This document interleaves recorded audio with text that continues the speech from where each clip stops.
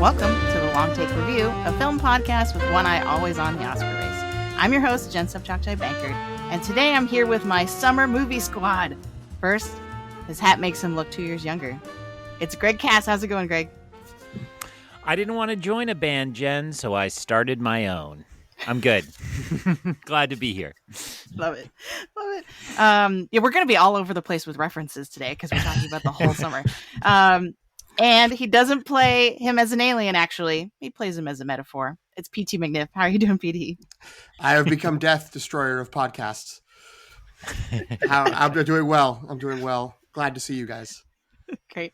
The problem I actually had was, wait, which quotes did we use in our original reviews of some of these movies? Because I didn't want to repeat them. It was because it was so long ago. Anyway, if you haven't already inferred, we are talking about summer movies. We're doing kind of a summer movie retrospective before the onslaught of fall movies keep us busy doing individual reviews.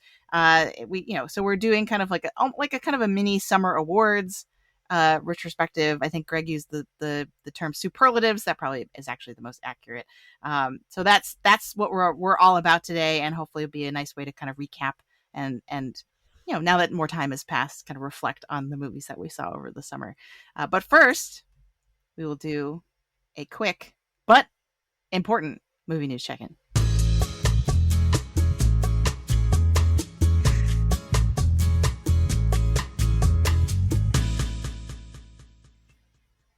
And I think that was the first time Greg has been here when we've had a bumper music. He looked very confused. Well, it also is like, I expected like the CNN breaking news, like, but it was very chill. It's more like, Jimmy Buffett, sorry, R.I.P., like that kind of too group. Soon. So, sorry, go for it. Talk to me about your news. Well, Jimmy Buffett died over the summer. That's our first bit of news. So I think the biggest news that just officially broke today, there was sort of rumblings of it yesterday, I want to say, but there has been a tentative agreement that the WGA has agreed to, right? There's no one knows the exact terms yet. I don't think they've really come out with it yet, but this is the first sort of actual sign that the strike, at least for the writers, might be ending. Excited? Yay! Are we optimistic? And they actually they pulled them off the picket line today. So it's when you said real. When those rumblings started yesterday, it was like I'm waiting till I hear something official. But it's far enough along that they took them off the picket line today, essentially saying let's wait. And it sounds like the lawyers are hammering out the language before they actually release the terms. But it certainly sounds very positive, which is great. I mean, it would be nice if it was both at once, some big overall deal, because we're still not going to get things back in production. But we'll take progress, and especially if the writers are happy with the deal they're getting, then this is fantastic news. And I think there's some hope that after they're going to do the deal sort of back to back, where it was like we had to focus on one to get, instead of trying to do both at the same time, while as audience members and fans, it would have been better to just say, yes, these are both off the table. I think that the hope is that they will do a similar, we're shutting the big decision makers into a room and having them just hash it out for a few days with the actors once they get the Writers Guild in full agreement and voting to accept this deal. Yeah, we keep in mind that the writers have been on strike longer, right? They started theirs first, and then and then SAG-AFTRA followed. So it makes sense that there's that's going to be a similar time sequence. But I was really surprised because it really, like Greg, I was very skeptical when they were like, "We have met." Right? There was some press release that was like a joint statement from both parties being like, "We have met, and there is an offer on the table." And then I was like, "Sure, like that hasn't really panned out before." But then today they were like, "No, there's an agreement. They're working. That it has been accepted. It's being worked through." So that's really awesome. How are you two now feeling about next summer? Because I think if the strike went till say December, if we still weren't in production, none of us would be excited about next summer. I know you're both fans of the film cast. They were saying like they finished their summer movie wager and they're like, we'll see if we do this next year, if there's Right. enough TBD. to actually be able to do it. Yeah. And I think that was, at that time a fair assessment. And if somehow the actors are stuck for more months, that could be there. But if, let's just say, next week's Sunday is October, less than a week till October. Do you think if this strike is over very early October, do you think we have a good summer movie season next summer, or is it still going to hurt us too bad? I would assume that the movies coming out next summer have probably mostly filmed. It's a lot of post-production, but, they need pickups. They'll need, obviously, promotion. So, I think that it's going to be how much they need to stretch out to fill the gap that is created by this downtime.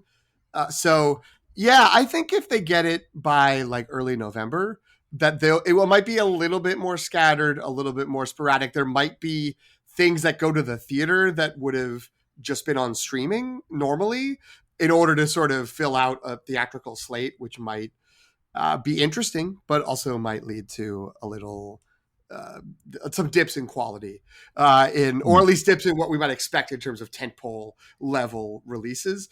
But I think that, it'll be an okay summer, at least in terms of number of movies on the schedule. Quality wise, who knows? But it'll be an okay summer if they can get the actors back by November, because once it hits Thanksgiving, very few productions are up and running because they kind of take most of December off for holidays and wait until January anyway. So if they can't get a few weeks in November, then I think it is going to start to really stretch things.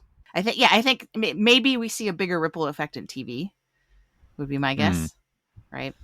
Especially with writers, right? Because I think their issues were a little bit more affecting television's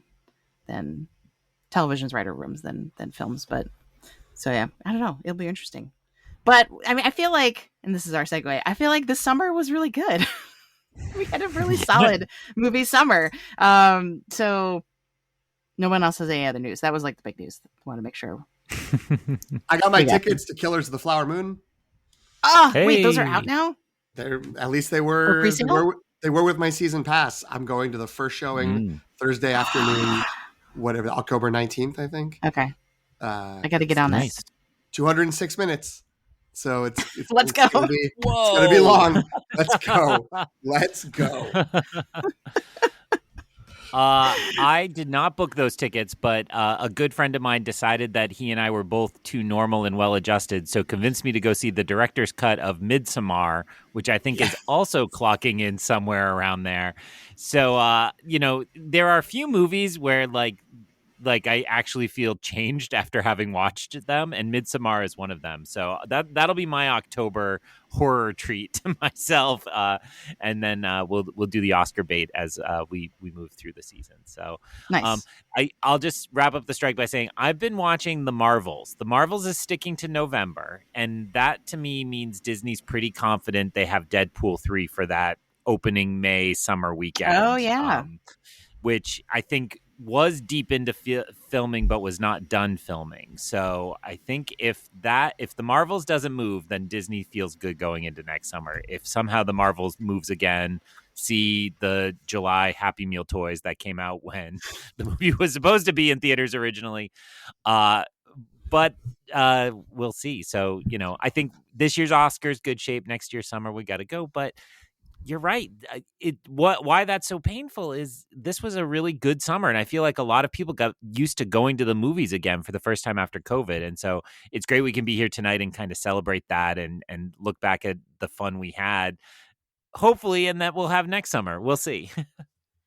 All right, so I think the way that we've set this up is we have a series of categories of these superlatives or summer awards, and what we'll do is we'll rotate through the three of us, and that person will sort of take the lead and offers up some suggestions, and then we'll debate which ones we think are the most deserving of these superlatives or awards.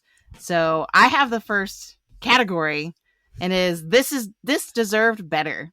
So which film should have gotten more attention, or just kind of got lost in the shuffle of release, or like no one went to go see it and they really should have. So my pick for this probably would be past.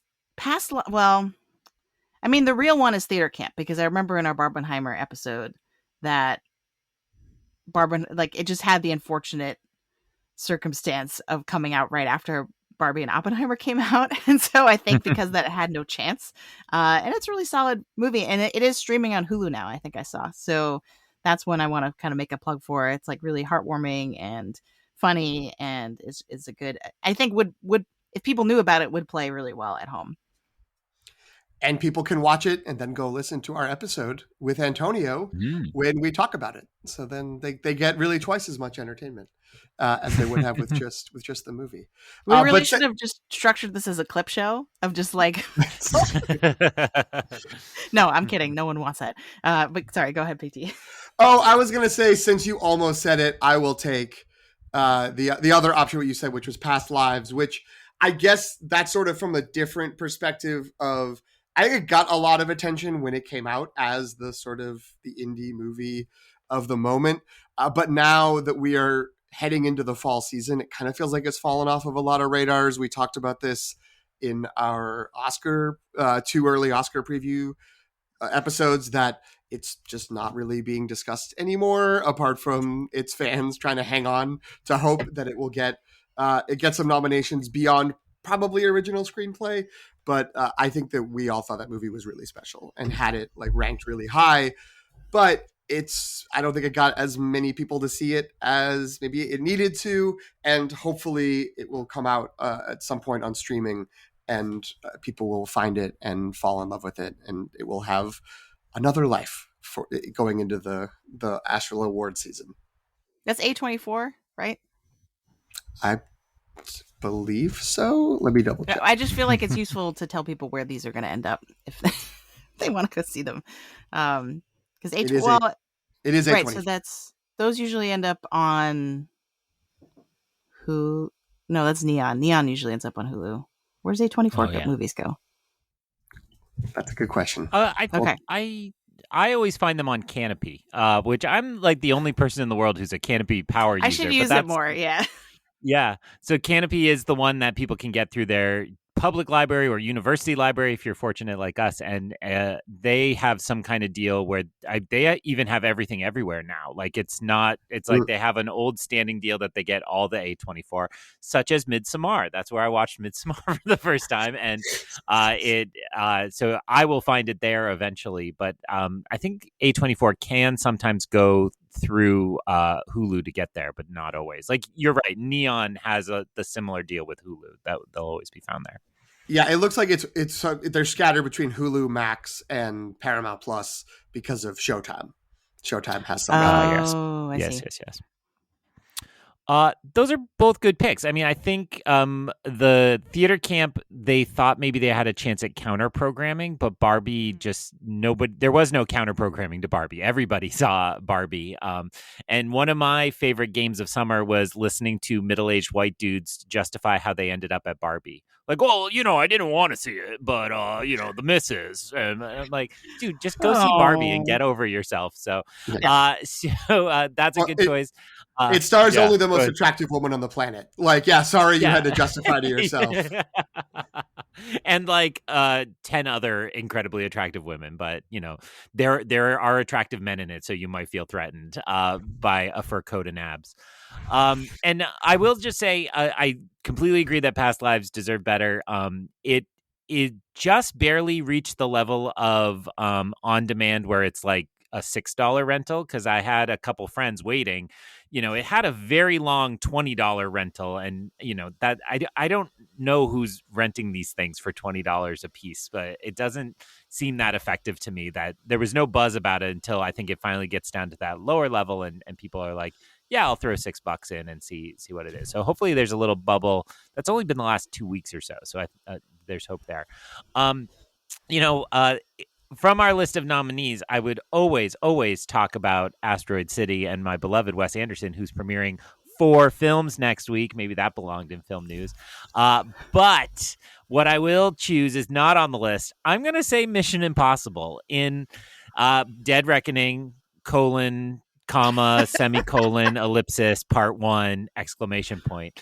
Interrobang. And yeah, when I say this deserved better, this was purely the studio completely misreading this situation. And the fact that they stuck to their release date, they saw Barbenheimer coming, they knew they were losing the premium format screens. Tom Cruise begged for longer, did not get it. And they stuck with their release date was just a huge miscalculation on their part.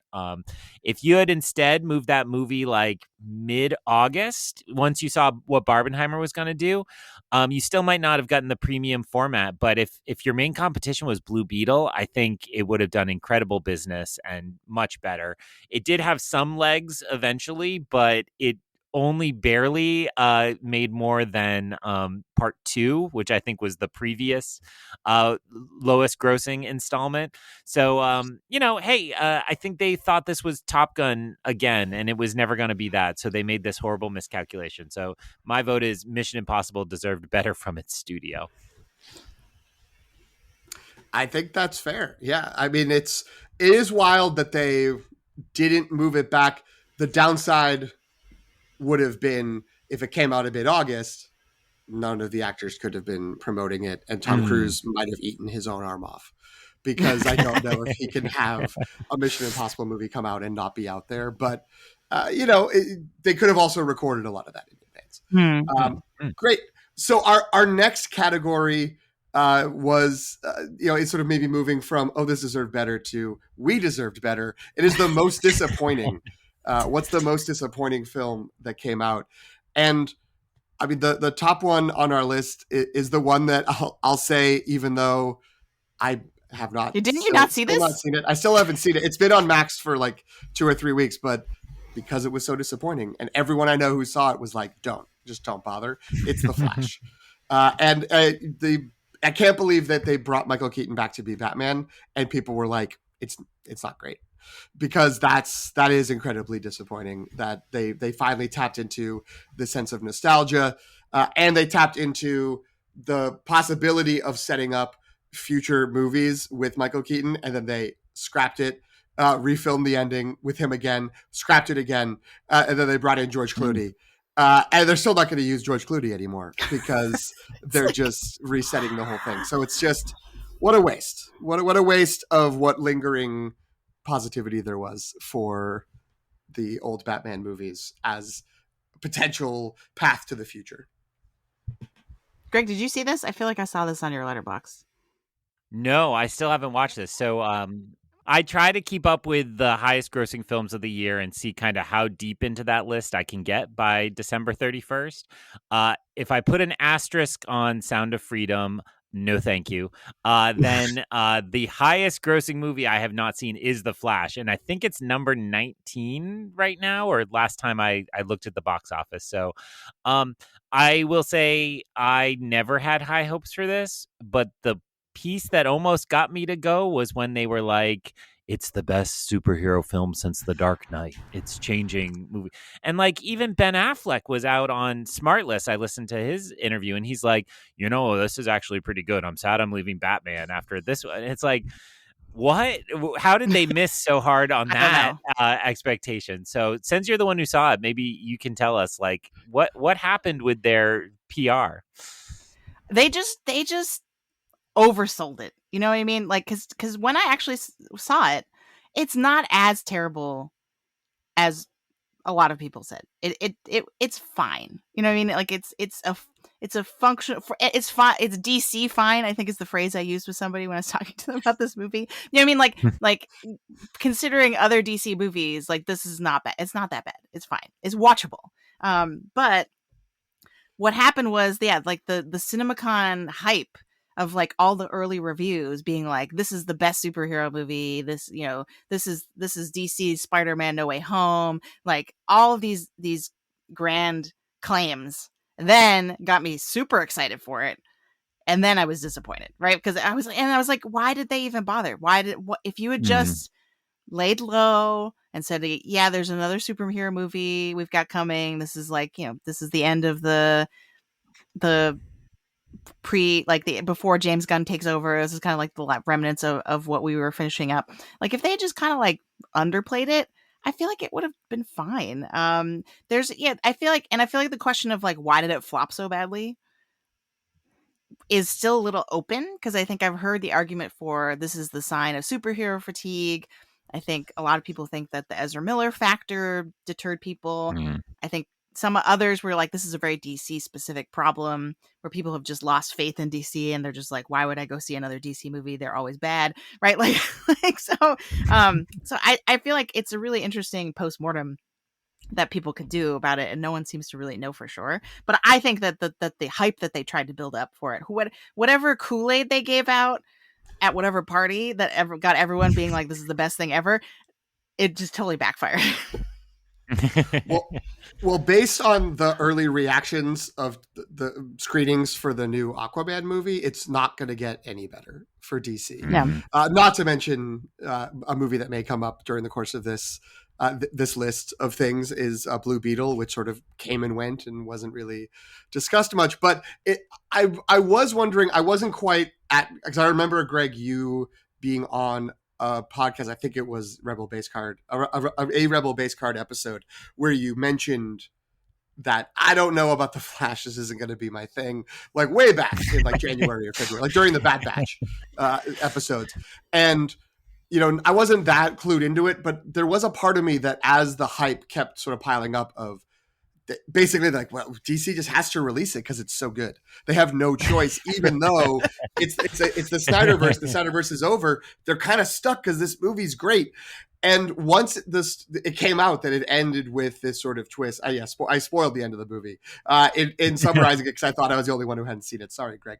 But that it ended with him being in a new universe with a different Batman. Yeah. That it's like, oh, why wasn't that setting up the James Gunn universe? Like, why wasn't that like, oh, and here's the Superman that's going to be in the James Gunn Superman movie at the end of this movie to get the audience hyped for the future movie.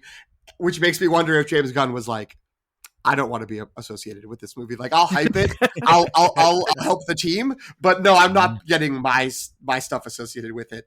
I don't think it's the greatest superhero movie since Dark Knight.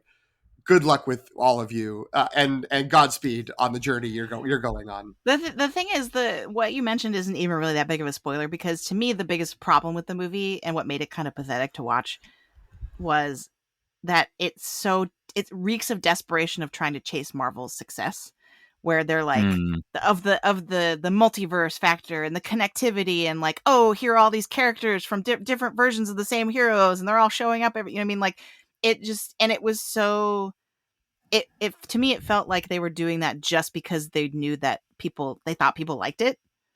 You know what I mean? And it wasn't serving the story at all. It was just it seemed very random and like they're trotting out all these like past iterations of DC heroes, and you're just like, what is happening right now?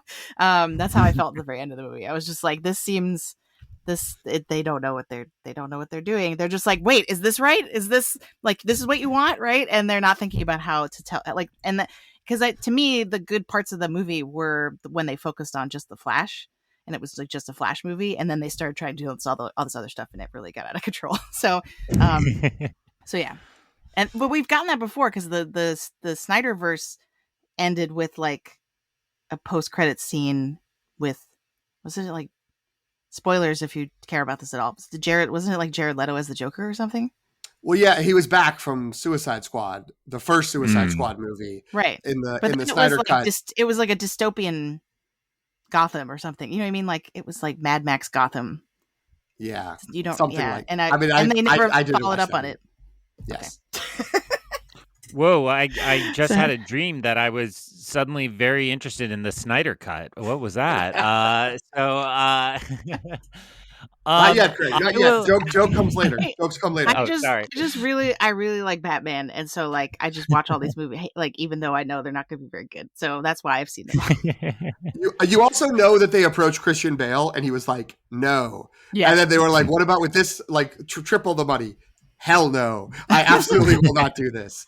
And So- what did you guys have for Jen? What did you have for a disappointing movie? So this is gonna upset both of you, but I put, and it already did because I saw the response in the Google Doc from PT was, first of all, how dare you?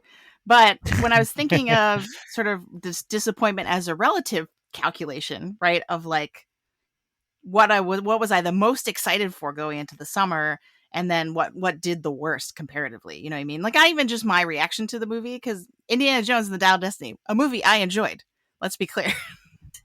I have not seen it as many times as Greg, but it was a movie I really enjoyed, and I cried at the end, and like, it was but I think in terms of how that film did in terms of box office, and aside from Greg single-handedly keeping it afloat, the movies, and box office and just critical reception, I feel like instead of being a really huge celebration of this franchise, it ended up kind of being like a fizzling effect.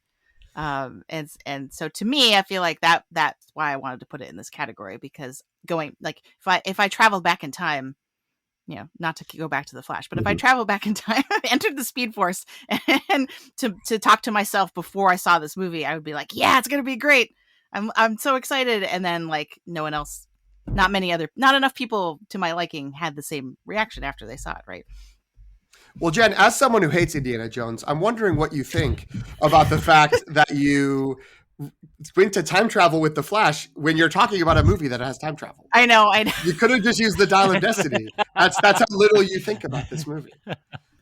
Oh no! Wow. Oh no! Wow. You're right. All right. End call. No. I think what you're saying is absolutely fair. That, the category is not about what was so bad. I saw some very bad movies this summer, but you're saying what is the delta between expectations and outcome?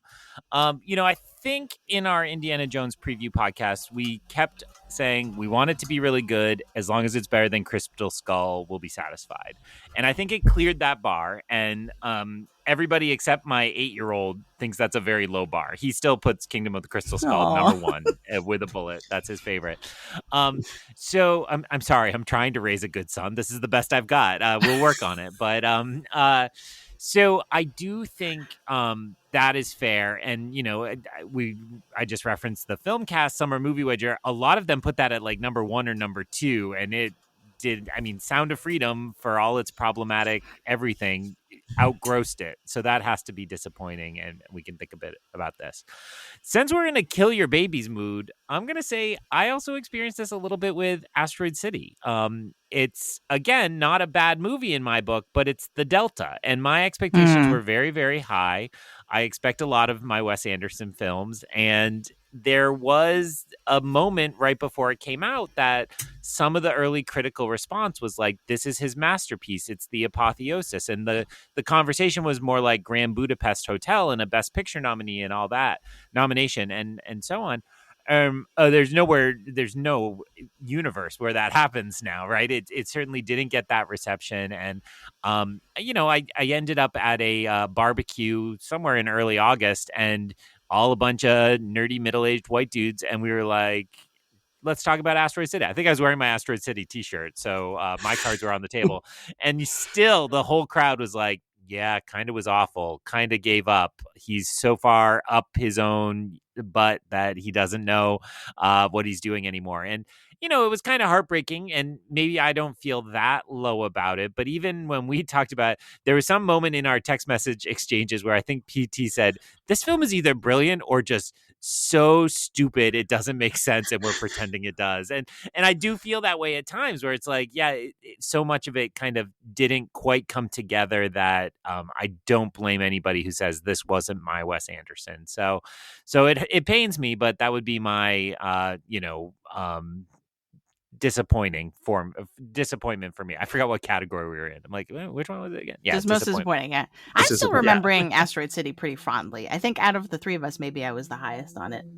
That's possible. I think of it fondly, but I also don't think of it often, and I haven't gone back and watched it again, which I think speaks to the fact that it hasn't maybe stuck as much. And so given that, and since I did give maybe a crappy answer in saying The Flash was the most disappointing, a movie I didn't see. I will join the baby killing of the tenor of the rest of the conversation. And I'll put Dead Reckoning Dead Part Reckoning? 1 Yeah. only insofar as again, I didn't go back and see it in the theater, although unlike Dial of Destiny, which I did go back to see. And it was great. I had a really good time. It didn't reach the heights of the previous trilogy of Mission Impossible movies, which I had told myself I didn't expect it to, but it didn't stop me from being like, it wasn't as good as those last few. And so, kind of feeling it on the inside. So it wasn't like a huge letdown, but I'll put it on the table for the discussion. I do think the performance of Indiana Jones, like the movie itself, I'm very happy with what we got. The fact that it sort of flopped and was kind of the first of the movies to flop. Like if it had been, if Mission Impossible and that one had switched and it performed the same way, then I feel like people wouldn't have been talking about like being so happy to shovel dirt on the grave of the Indiana Jones franchise. So maybe that wouldn't have hurt as much, but that sort of discourse was certainly a bummer during the summer. I mean, the fact that we only in our Google Doc came up with 2 movies for this category, I feel like speaks to the strength of the summer overall and how we personally enjoyed it. Right? Maybe not everyone else was on board, or how we picked our spots in what we saw. Right. Well, and I certainly have, like I said, I have some movies we'll bring up as these categories go on that are much worse movies, but I didn't expect much from them, so they kind of get a pass. Whereas these, I think all 3 of our choices, with the exception of Jen and The Flash, we expected a lot from them, and so when it didn't reach those heights, that was disappointing. And I will just say, in defense of Indiana Jones, me and the many times I went to the theater with. I was like the youngest person in the theater by probably 20 years, and those older folks had a great time with me. So as we saw it, I don't think any of them saw it more than once, but there was a way in which I think they just couldn't, for Indiana Jones, capture the young crowd, right? If you're younger than about 40, I don't think that character means a lot to you, and so it just didn't capture them. Right. I guess maybe my hopes were pinning on like reigniting people's interest in the franchise in a way that it just didn't happen at all. So yeah, the fact that no one cares about Indiana Jones other than us, right? It's really what was the disappointment. I think there is a degree of we have gotten unrealistic expectations because of like James Bond, Star Wars, maybe Marvel movies. Although the Marvel movies have only really sort of had a generation to exist, that these are movies that will exist over 40, 50, 60 years. New generations will keep showing up and being like, yes, I want to be involved in this, when maybe it is just our generation and the one before us who are going to like these movies. They came out at the right time for us, and that's okay. That people under the age of 30 are like, whatever, those things that are on TNT that my dad likes, or my uncle, or my aunt, or my mom. I don't mean to gender it, but that it's fine. It's fine. And we got a movie that closes that door. It would have been great. I think maybe it was unrealistic to think that suddenly it would be another couple of decades of content coming our way. Now, I know we have this is going out of order, but I feel like we're already starting to talk about franchise killer. Sure. So do we want to do that one first and then go back to franchise? Okay. So yeah, we've already kind of covered a little bit of this with I think 2 movies, The Flash and Indiana Jones and the Dial of Destiny. But we came up with a category for which summer, and I have to give credit. This was inspired by Matt Bellany of The Town, who did a summer box office. So it was very specifically tied to like which movies made money and not which movies were good. But he had a similar category that was like where they talked about like which of these movies did so poorly they're not going to make any more. We can kind of pivot so it's more like which of these movies is just like makes it so that maybe this is the last one because it wasn't as good as some of the other ones. But my nomination for this is Fast X. and I say that like really unqualified to make that call, because I only watched the first act of Fast X, and I've never actually seen another Fast and Furious movie. But it was enough for me to be like, they shouldn't make more of these. It was just like, first of all, I had a lot of questions, and I'm like, maybe it's partly because I've never watched any of these movies. That's fair, right? But I feel like I couldn't tell you what the plot was really, and Jason Momoa had accent work that was just all over the place, and I'm like, oh, the memes are real. Like, they really do reference this concept of family constantly. Like, it was confounding. And I have friends who are big car people, who love this franchise, like Transformers. You're friends with some Transformers. Are they Autobots or Decepticons? Blink twice if they're Decepticons. It'll change my answer to one of these questions. Yeah, I don't know that. I can't. I don't know. Someone take this over. I was so confounded when I started watching Fast X that I was just like, how did we make it to this many movies like this? And there's so many famous people, like Charlize Theron, Oscar winner, right? Yeah. Charlize Theron is in this movie doing things. Like yeah. You didn't even get to Helen Mirren. Oh, I did. That's when I stopped. I was like, I can't do this anymore. Like, Helen Mirren is here, and like, she's clearly here just for the paycheck. She's patting Vin Diesel on the back, and I have no idea why. I was just like, she's consoling him, and I'm just.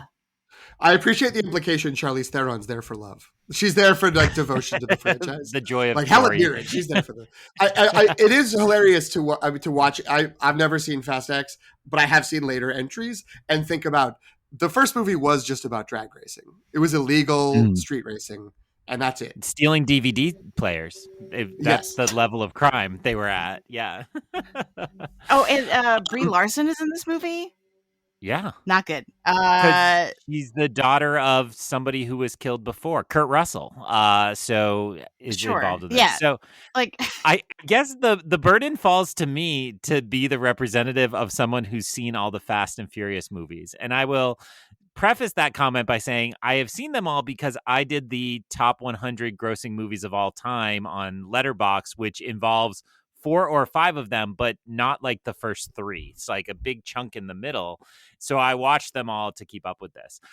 This is absolutely, I will nominate something else to keep the conversation going. This is absolutely my pick. This movie was atrocious. And what makes me so happy to think about Jen sitting down to watch this is you probably had no idea that the first 20 minutes of this film, spoilers if you haven't seen it, it's on Peacock. Don't go stream it now. The first 20 minutes of this movie are Jason Momoa being digitally inserted into Fast and Furious 5. So the whole opening section where they're like cool chase scene with Vin Diesel and Paul Walker dragging a safe, that's all like classic. This is like the high life of the Fast and Furious franchise. And then they do the like cut to the car in the background, and it's Jason Momoa being like, darn you, and you punks, and moving on. And it makes no sense and also destroys one of the better films in the previous franchise, which is just an awful way to go out. The part of this I hate is I think at any time there were only 2 actors in the same location at the same time. So there are constantly movie scenes where there are 2 people who are not acting off each other. They're clearly alone in a blue screen, just talking as if Vin Diesel is across the room and so on. And then they're like, people want more, so let's throw in Helen Mirren again and Brie Larson, like you said, and Pete Davidson. People like Pete Davidson, right? So it makes no sense. It's atrociously made. The difference between that and Mission Impossible, where Mission Impossible is like, here's Tom Cruise and Haley Atwell driving through Rome. Fast and Furious is like, here are some drone shots of Rome and then some actors on a blue screen who were clearly on an Atlanta backlot and never in the city of Rome. And they even have, I believe it's the Spanish Steps. There's an action sequence in both Mission Impossible and Fast 10 with that. But then the insult on top of all of that is you don't know till the very end it's a part one. It is not a complete movie. So they get to the very end and it ends with Diesel driving a car off a dam as the dam explodes. And that's the end of the movie. See you maybe in 3 summers for, and this is what's infuriating, not Fast 11, but Fast 10 Part 2 will be the next film. But plus post-credit sequence of The Rock and Gal Gadot, because yes, they quit the franchise, but then they got a new paycheck, and so they're both coming back as well, in case there weren't enough. But yeah, the fact it's not, the next one's not called Fast X Point V is very disappointing. People not know that it was a part two? Like, did they not? Because I feel like a bunch of movies fell into this category. Across the Spider-Verse, right? People were like, "Oh, wait, there's another one. Like, this is part 1 of 2." You know, Dead Reckoning was very clear in its marketing. They really leaned into the part 1. I think, right? It's in the title. Yeah, but did Fast X? I didn't know. I don't think people knew. I mean, it had been screened, so I think maybe word had started to leak out, but it wasn't a part of the publicity. Right, it wasn't part of the. Yeah. I feel like it was sort of like Spider-Verse, where they announced it as Fast X is going to be 2 movies, with the thing of this might be the end, or at least Vin Diesel's end in terms of the franchise. In the same way that it felt like Dead Reckoning Part 1 and 2, maybe this is Tom Cruise's end. But then you didn't hear about it for a while, and then they were like, it's Fast X. And you're like, oh, maybe it's its own movie. And then it came out, and everyone was like, nope, they changed nothing. They just changed the title.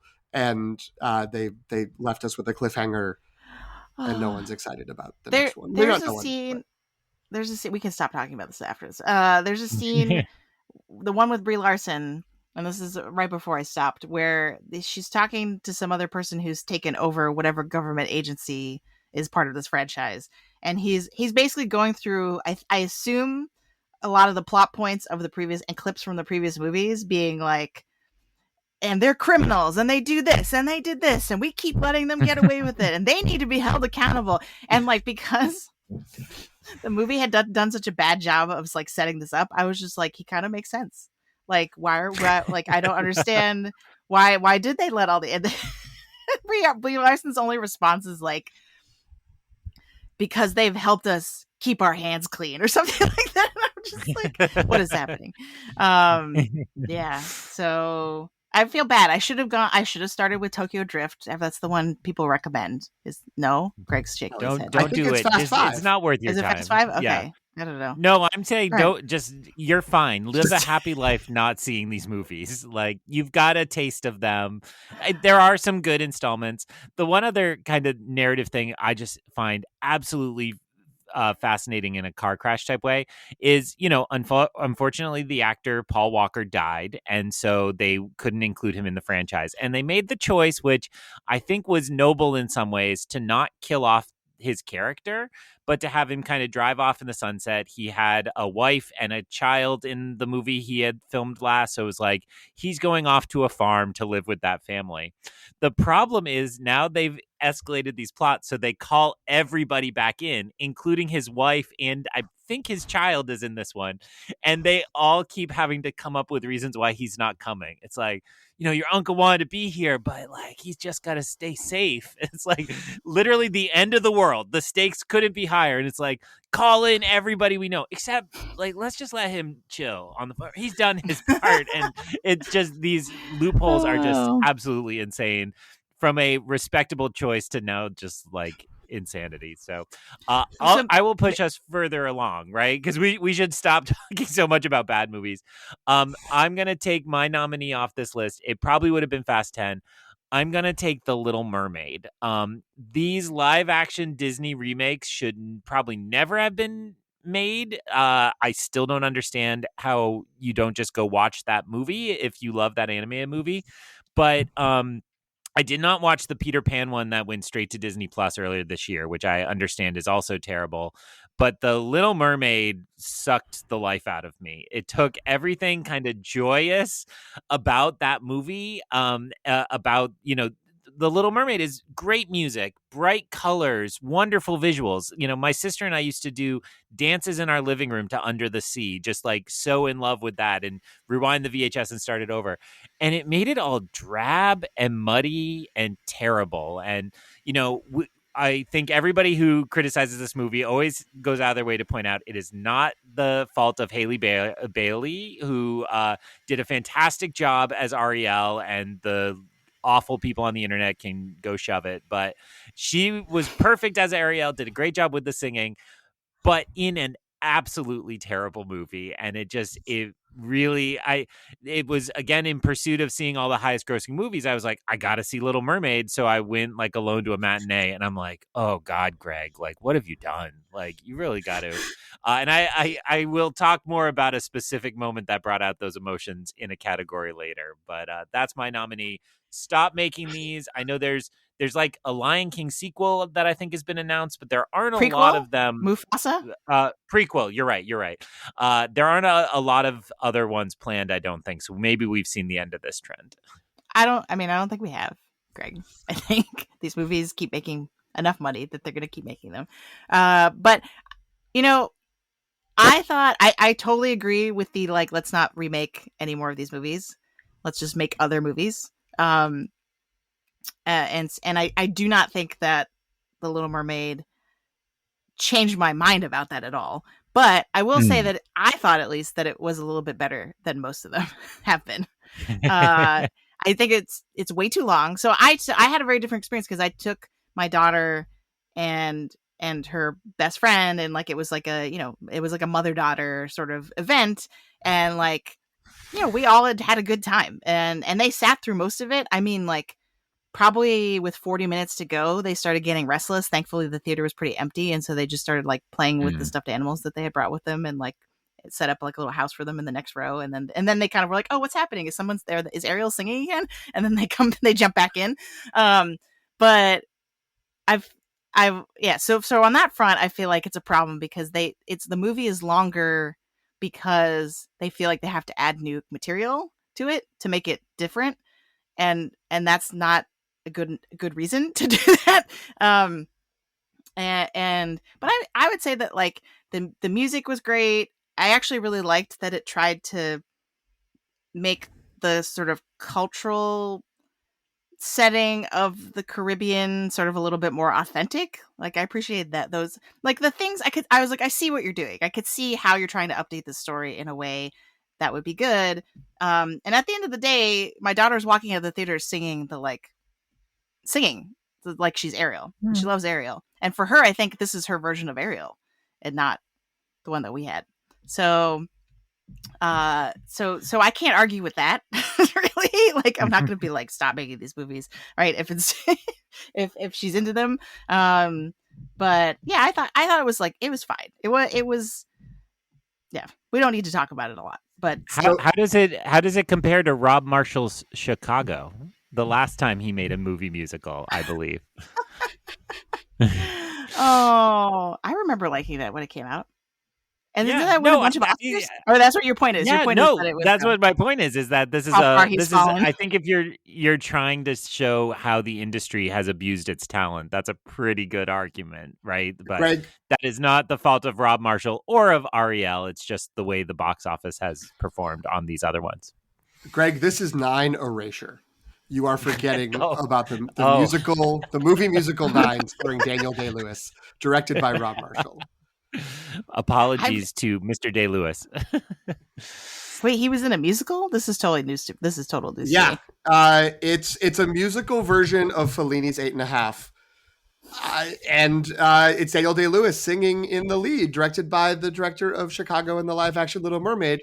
It went about as well as you would think it would, which was it's the only Daniel Day-Lewis movie to come out, I think, in the 21st century and not have a lot of awards buzz. Now I feel like I want to see that just out of a sense of morbid curiosity. Like, there's a lot of very famous women who are the women that the director character has had relationships with in the past. I will just note that so far, I feel like the theme of the episode is we have Jen's daughter prefers the live action Little Mermaid, and Greg's son likes Kingdom of the Crystal Skull. So the real headline is the children are wrong. I think that's the takeaway. Kids are not all right. Yeah, from what we're learning. Okay, so to bring back the franchise killing, I mean, a little unfair to point to The Flash, not just because I already kicked it a bunch when it didn't exist, but it was known that section of the franchise was being cut off. There was that movie, again, the sort of vestigial Aquaman 2, but they're doing a full reset, so that's not fair. Similarly, I think Dial of Destiny, Indiana Jones, Harrison Ford's 80 years old, unless it was a remarkable runaway success that they felt they had to recast or do a spin-off. There's still a part of my heart that was like, what if they made Helena Shaw and Short Round movies going down the road? But that's okay. It wasn't going to happen. We also had on our list Transformers: Rise of the Beasts, which, similar to Fast X, has the problem of there's another 2 or 3 movies already planned, and I think a TV show. So it isn't a franchise killer, whatever the quality of it. So I'm going to go with the only other reason I can bring up that I half watched this movie, and that's Book Club: The Next Chapter, which is a sequel to the movie Book Club. This is a movie that stars Lily Tomlin, Jane Fonda, Mary Steenburgen, and I think Sally Field. And the people like the first Book Club. Candice Bergen is the other one. You're right. Yeah, I'm confusing the setup for the joke I want to do of the other movie that's going to take over their franchise. But yeah, I mean, people liked, I think, the first Book Club movie. I remember hearing that there were folks that were just like, it's just a movie with these old comedians and they come out and they do a great job, but it's the kind of movie they don't make, and et cetera, et cetera. And they made another one, and it just kind of thudded, and I don't think anybody cared. Instead, everyone cared about 80 for Brady. So I think instead of carrying forward the Book Club, that franchise will be dead, and instead we're more likely to get 81 for Randy, which is a great reference if you care about football, which neither of you do. But instead of following Tom Brady, they have to all fall in love with Randy Moss, who wore 81 for the New England Patriots. Right. You don't have to explain that to us. Okay. Well, I did. but that's where my knowledge ends, pretty much. Okay. Fair enough. So yeah, I think in the interest of trying to have the most successful prediction in this, I think the Book Club franchise is dead. The end. This is some interesting backtracking, because I feel like on a previous episode you weren't even willing to admit that you had watched this movie, that you were just in a room where this movie was playing. Yeah, I mean, I will say again, more than The Flash, which has not passed a screen that I was on. How much did I actually watch this movie? It's a great question. I might have even taken a nap in the middle of it, but I did watch it, and it was a summer movie, and there was no other place to talk about it. So sure, here we go. Matt Bellany, to kind of like tie a knot on this category. Matt Bellany, I think, was interviewing someone who's like a box office expert. And apparently there's a very predictable number. It's like 600 million. Does that sound right? In about 600,000? If a movie makes over a certain, it must be 1,000. If a movie makes over $600,000, sorry, money, what? 60 million. I bet it's 60 million. 60 million. Okay. I'm like, I don't know which like factor of 10 this makes the most sense. But I would love the insight of, if a movie makes $600 million, it is considered successful. It's like, oh, okay. No, but like, if there's some threshold where, like, no matter how critically disappointing or like how bad the reviews are, if it makes over a certain number, they're just gonna keep making another one. It's like an automatic renew, which I thought was really interesting. Oh, and sad. Yeah. Craig, do you want to bring us out of the negative attacking zone and bring us to our next category? Definitely, because we did just say it was such a great summer for movies. Here's 50 minutes of us being really rude and cruel to even the movies we loved. So let's get hopeful. The inverse of a franchise killer is a franchise starter. And, it's actually been kind of rare in recent summers where we get new, fresh potential franchises, right? We don't get a lot of original. We are speaking to you on the eve of the creator arriving in theaters, and all the articles this week are like, hey, this is original science fiction. Can you believe it? How great is this? I saw one today. It's like, why aren't they marketing it? Which we'll get there. Like, let's do the secondary takes later, but let's just be excited we're getting one. So there were a lot of films that had the potential successful to move from like successful original story into franchise. And now for me personally, there's some I have some trepidation here because there are some on our list of nominees that will definitely be turned into franchises, but that I don't really want to be as a part of this. So I'm choosing to go popular. This is technically not a summer movie, but I think a lot of people didn't see it till streaming, and it just feels like a summer blockbuster. Currently available on Paramount Plus. Dungeons and Dragon Honor Among Thieves. This is a really, really fun movie, and it helps if you go in kind of expecting like, it'll be fine. Way better than it had any right to be. I know casual Dungeons and Dragons players, I know diehards. This movie found a way to serve everybody, and it really delivered on spectacle and on jokes and just like still what we can only assume will be the best Bradley Cooper performance of the year. Sorry, Rocket. Sorry, Leonard Bernstein. But that's also considered a spoiler, I think.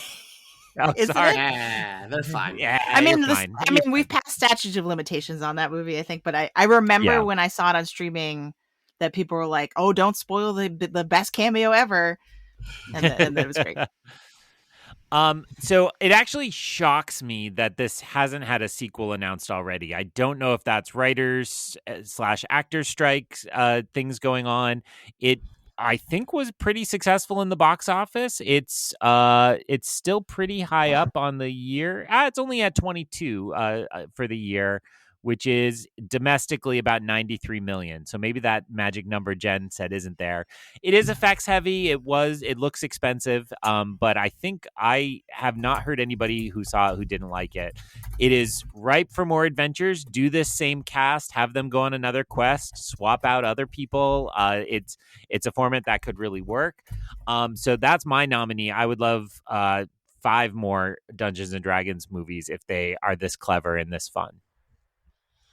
I mean, you can follow this party and how the party moves. You can also set up like a paladin party. You can set up a cleric party, whatever the title would be, to play off of those terms instead of thieves, and then have them all meet together if you want. Like, yeah, there's a lot of potential, and I think that sort of light-hearted fun. Like, I think everyone got kind of trapped into thinking Game of Thrones, thinking, obviously Lord of the Rings and then Game of Thrones as like violent, high fantasy movies. And it's like, just what if it's fun? Like, what if it's just fun and you have characters you like and characters that people care about? And, just excellent assemblage of people involved. I know co-directed, I think also co-written by the main kid from Freaks and Geeks, which is a wonderful continuation of Dungeons and Dragons in popular culture. The geek, not the freak, in other words. Correct. Yes, the geek. The titular geek. And I think this movie was wonderful. And I also think this entire episode of Summer Superlatives was basically a backdoor episode about 2 movies, and this is one of them. Like, we wanted to do an episode. You kept bugging me, when are we going to review Dungeons and Dragons? And I was like, I didn't get to see it when it came out, and then too long had passed, and I was like, I don't think anyone will care about an episode about this anymore.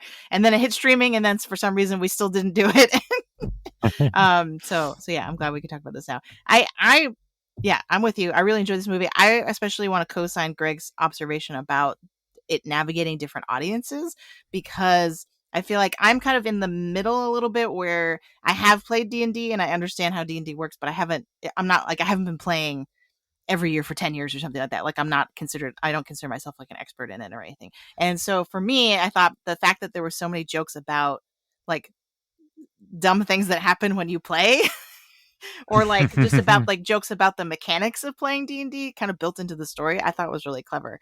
And Chris Pine, this was a big bump in Chris Pine's stock. He like jumped ahead to maybe being the best Chris. Apparently has since dropped, because he apparently directed a movie called Pool Man that he also starred in, which is not very good. It'll be forgotten soon. Hopefully, Dungeons and Dragons will live forever. One paparazzi shot of him coming out of a bookstore with a stack of books and like a tasteful scarf this autumn. He's back on top. Like, forget it. Agreed. Also, I've Okay. seen The Gray Man, so it's not Evans. It's not Evans. Oh, Oh, I mean, what a haunting phrase. I've seen The Gray Man. yeah. We've never had the great Chris debate on the show. I don't think, or even in. I don't think I've talked to either of you about this in general. I mean, it's Chris Pine, and it's not really that close. Yeah. In my opinion. All due respect to Chris Evans, who's in second place, but anyway. Sure. I'm going to add my franchise starter from the list. I'm very happy that Greg went with Honor Among Thieves, because if he hadn't, I would have. So I'm going to go with my second choice on here, which is, I guess, like sort of a franchise restarter, because this has existed as a franchise before, but it is the other movie that this is a backdoor episode for, which is Teenage Mutant Ninja Turtles Mutant Mayhem, which was a delightful animated movie that I have no real concept of how successful it was in terms of box office, but I do feel like every conversation I had with everyone who saw it, whether, and again, a similar thing of, are you someone who has been watching, reading Ninja Turtle comics, watching the animated show, watching the old 90s live action movies, and you've been sort of following along for a while? Those people loved it. People who had never seen them or just were only vaguely aware through pop culture also had a great time. That younger people were locking onto it and really enjoying it, that, again, didn't have that history. So yeah, this was a really delightful movie that made some really strong choices. It did sort of present itself via the trailers as, what if we did Spider-Verse but with the Ninja Turtles, like just the animation style. But I feel like they did enough to sort of make it feel like it was its own thing. Everything was sort of drawn like it was on a notebook that a teenager would have, and was doing their own little versions. And especially they would have sort of stories within the stories that got even more into that kind of a style. And this goes all the way back to our, I think, movie preview. I don't know if it was a summer preview or if it was just like the future. I think it was for the whole year. And we had the conversation of they cast teenagers in the voices, and we both agreed that was how nice of them to do that. And then Greg made fun of us. And Greg made fun of us, and as he should have. But you know what? What a great choice! I haven't felt like these teenage characters were teenagers to this degree probably ever, because they always sound like 28-year-olds in these movies, and that was super fun. So yeah, I like this movie, and I could really see these just being churned out. And I don't necessarily mean that in a bad way, but just like, keep the wheels turning every maybe 3 years, just based on, I'm assuming, on the animation requirements. But keep the story going, and people would be happy. They'd be happy to keep them as long as the quality remains pretty good.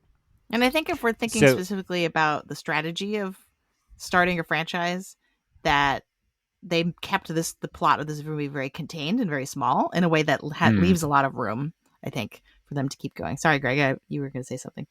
No, well, I just wanted to defend making fun of you. The moment I made fun of was PT saying, I think they actually cast teenager, and Jen just paused and said, good for them.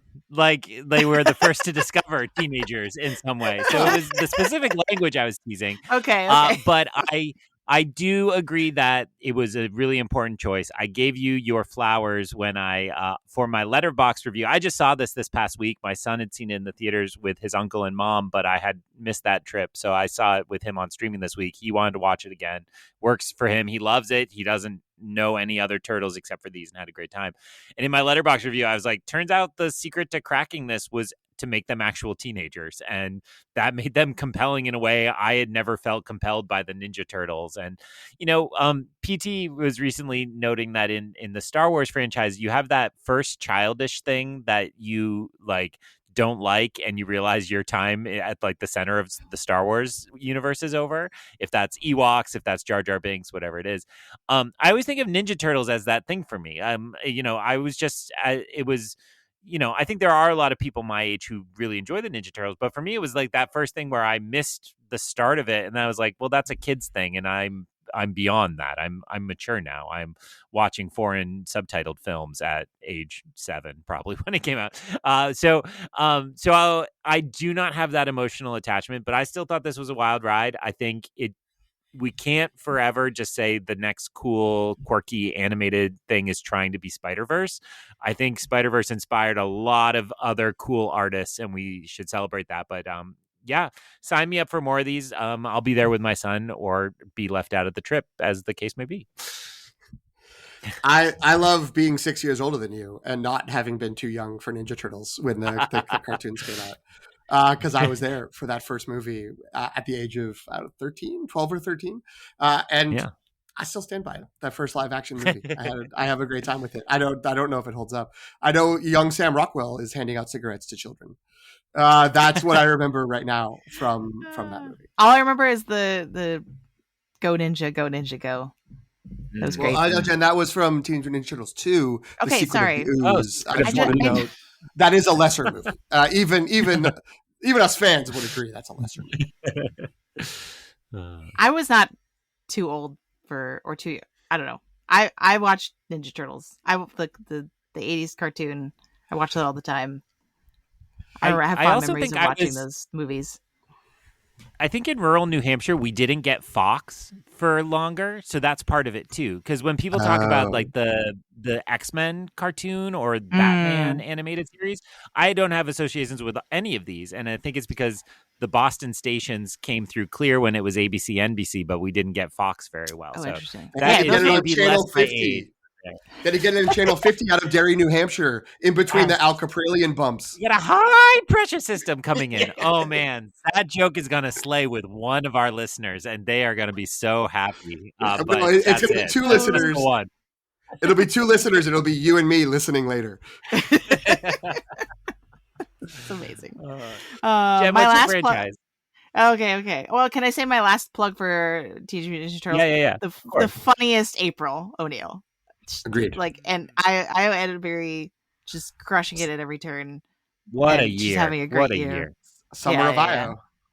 If you really like her from other things, like I think that alone would be reason to watch this movie because she's hilarious in it. Okay, so my franchise probably, we're trying to stay positive. This is the positive turn in the podcast, right? So I'm not going to talk about Barbie and how I don't want there to be a franchise for Barbie, but there might be. Greta Gerwig probably wouldn't let that happen, but like we're just flagging that as a potential danger because it was so successful that like why wouldn't they try to make more of those movies, right? But instead I'm going to go to Super Mario Brothers, a movie that was okay as a movie, but was really fun as someone who has played Nintendo games. And so I feel like, this was people aren't really talking about it as much now, but I feel like all through the summer, this was the one that kicked it off and everyone had to kind of meet Super Mario Brothers expectations, right? Where it's like, they were like, movies are back. This movie did amazing. And then we had a bunch of flops. So I think for that reason alone, they're definitely going to make more of these, I would think, just based on how successful it was financially. But I'm not opposed to it either. Like I was like, the story of this movie is pretty simple. It's not doing anything particularly interesting, but I don't necessarily know if it has to. Like I think it captured for me a lot of the kind of the game, like the feeling of playing a Mario game. I feel like it did really well and translated that really well into the action in the movie. So yes, I'm looking forward to see how Super Mario Brothers as a franchise continues to grow and change, and to see if they can kind of like deepen the story a little bit more, because I think all the other things were working for me. I think that's all exactly correct. The moments where they had the animation that kind of looked like the gameplay and the score kicked in of the full orchestra doing the original "They Are Deeply Ingrained in Our Skulls" themes, this sucker hummed. And I'd also give it credit for doing some of the updating that you gave Little Mermaid credit for. Princess Peach was awesome. And it was like, let's not just make her somebody crying in a castle. And if we're going to drag out these properties, Barbie included, we got to do something to make it okay to talk about them and to celebrate the right parts of our society. So agreed. I think there is another one coming. I think they've also said Zelda's coming. I suspect we will get the actual building out of the cinematic universe, more Donkey Kong in his own movie, more, fill in a whole Yoshi movie where nobody talks. Give it time. I would love that. Yoshi's my favorite Nintendo. It's basically Wall-E, but it's Yoshi's. I'm here for it. I would watch that. I mean, I don't think they're gonna make that, but I would watch it. Okay, I'm gonna go with just because. Oh, do I pick something selfishly, or do I pick something that Greg I know really wants to talk about? That's the thing. Whatever you want.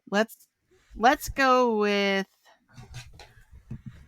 Pete because we're a little punchy right now. Let's go with favorite joke or bit. Nice. So I think a lot of the movies we liked over the summer were very funny. And so I want to put forth an opportunity for people to kind of call out their favorite jokes or favorite, like, running jokes in movies. Except the problem is that we came up with like a really expansive list. And so now I'm like, oh, what do I do? Like, what do I actually pick? Okay, I guess this is a great category coming out of the, okay, we're just going to be more focused. We're going to be lean. We're not going to wonder so much. We're just going to get in, get out. It's going to be great. And then it's like, okay, let's go to the one that's got 13 answers listed on the document. Sorry, this is the long. No, it's great. Reason. So I'm going to give a shout out to. I mean, I really want to go with Ninja Turtles again because I feel like to me that was probably the funniest movie I saw all summer. And there's so many, so maybe I'll just shout out all of them on here. I already tried to sing the Ray Fillet joke, I think on a previous episode, so I'm not gonna do that again. But I keep coming back to that. It's the dumbest thing that I think it cracks me up every time. And it's not even really that funny. But so that's my actual pick. But there's also on here, they look like little Shreks to me, or during like one of the first fight scenes. And just, I remember, because they say it so quickly, like they do so much in this movie. It's like, I feel like I would have to go back and watch it just to catch all the jokes. But that one in particular, they just really say it kind of under their breath. And I'm just like, did they just make a Shrek joke about Ninja Turtles? That's amazing. And then the other one is the April line of, the longer you lurk in the shadows, the more sus you get. There's, like, there's just so much. That, to me, that's very representative of the humor of the whole film. Okay, we're just Greg and PT just pointing at each other. We're not just pointing. Yeah, great. I am PT Greg. I'm going. I'm going to go with, because it is the loudest I laughed in a theater. There were a lot of great jokes on this list, and again, this is terrible. Already described in the theater camp episode. The moment they held up the screen to show that they were live casting the play performance to a woman in a coma. And that's not very funny, like saying it, but it's something dark about the setup of it. Comedy.